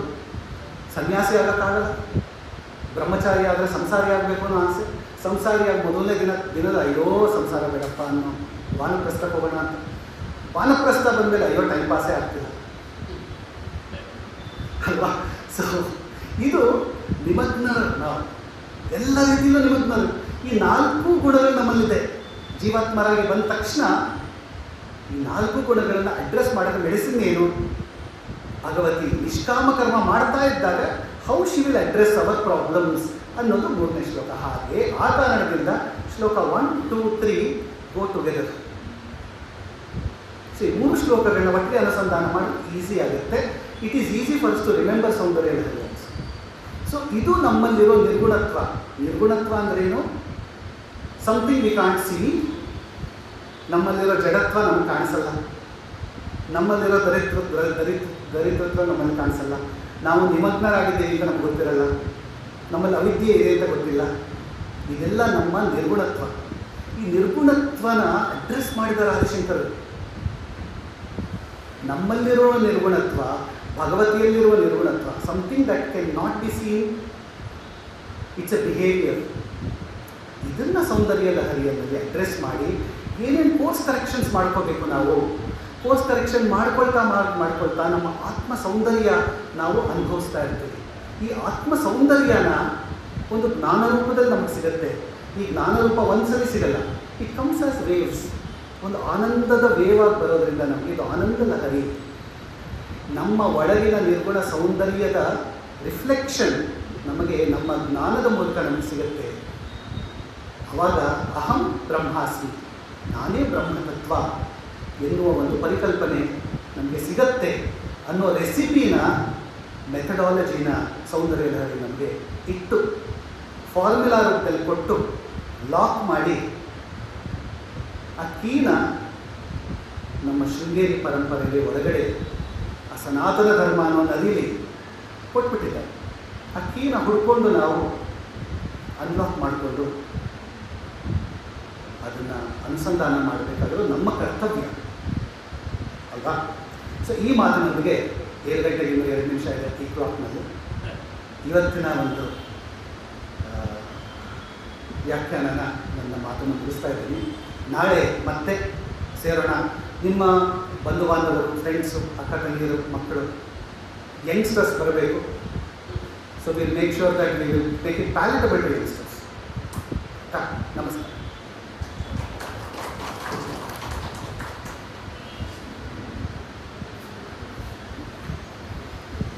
ಇಂದಿನ ಪ್ರವಚನದಲ್ಲಿ ಸೌಂದರ್ಯ ಲಹರಿ ಬಗ್ಗೆ ಸವಿಸ್ತಾರವಾಗಿ ನಮ್ಮ ವಿದ್ವಾಂಸರು ಕೇಶವ ಪ್ರಸಾದ್ ಅವರು ನಮಗೆಲ್ಲ ತಿಳಿಸ್ಕೊಟ್ಟಿದ್ದಾರೆ.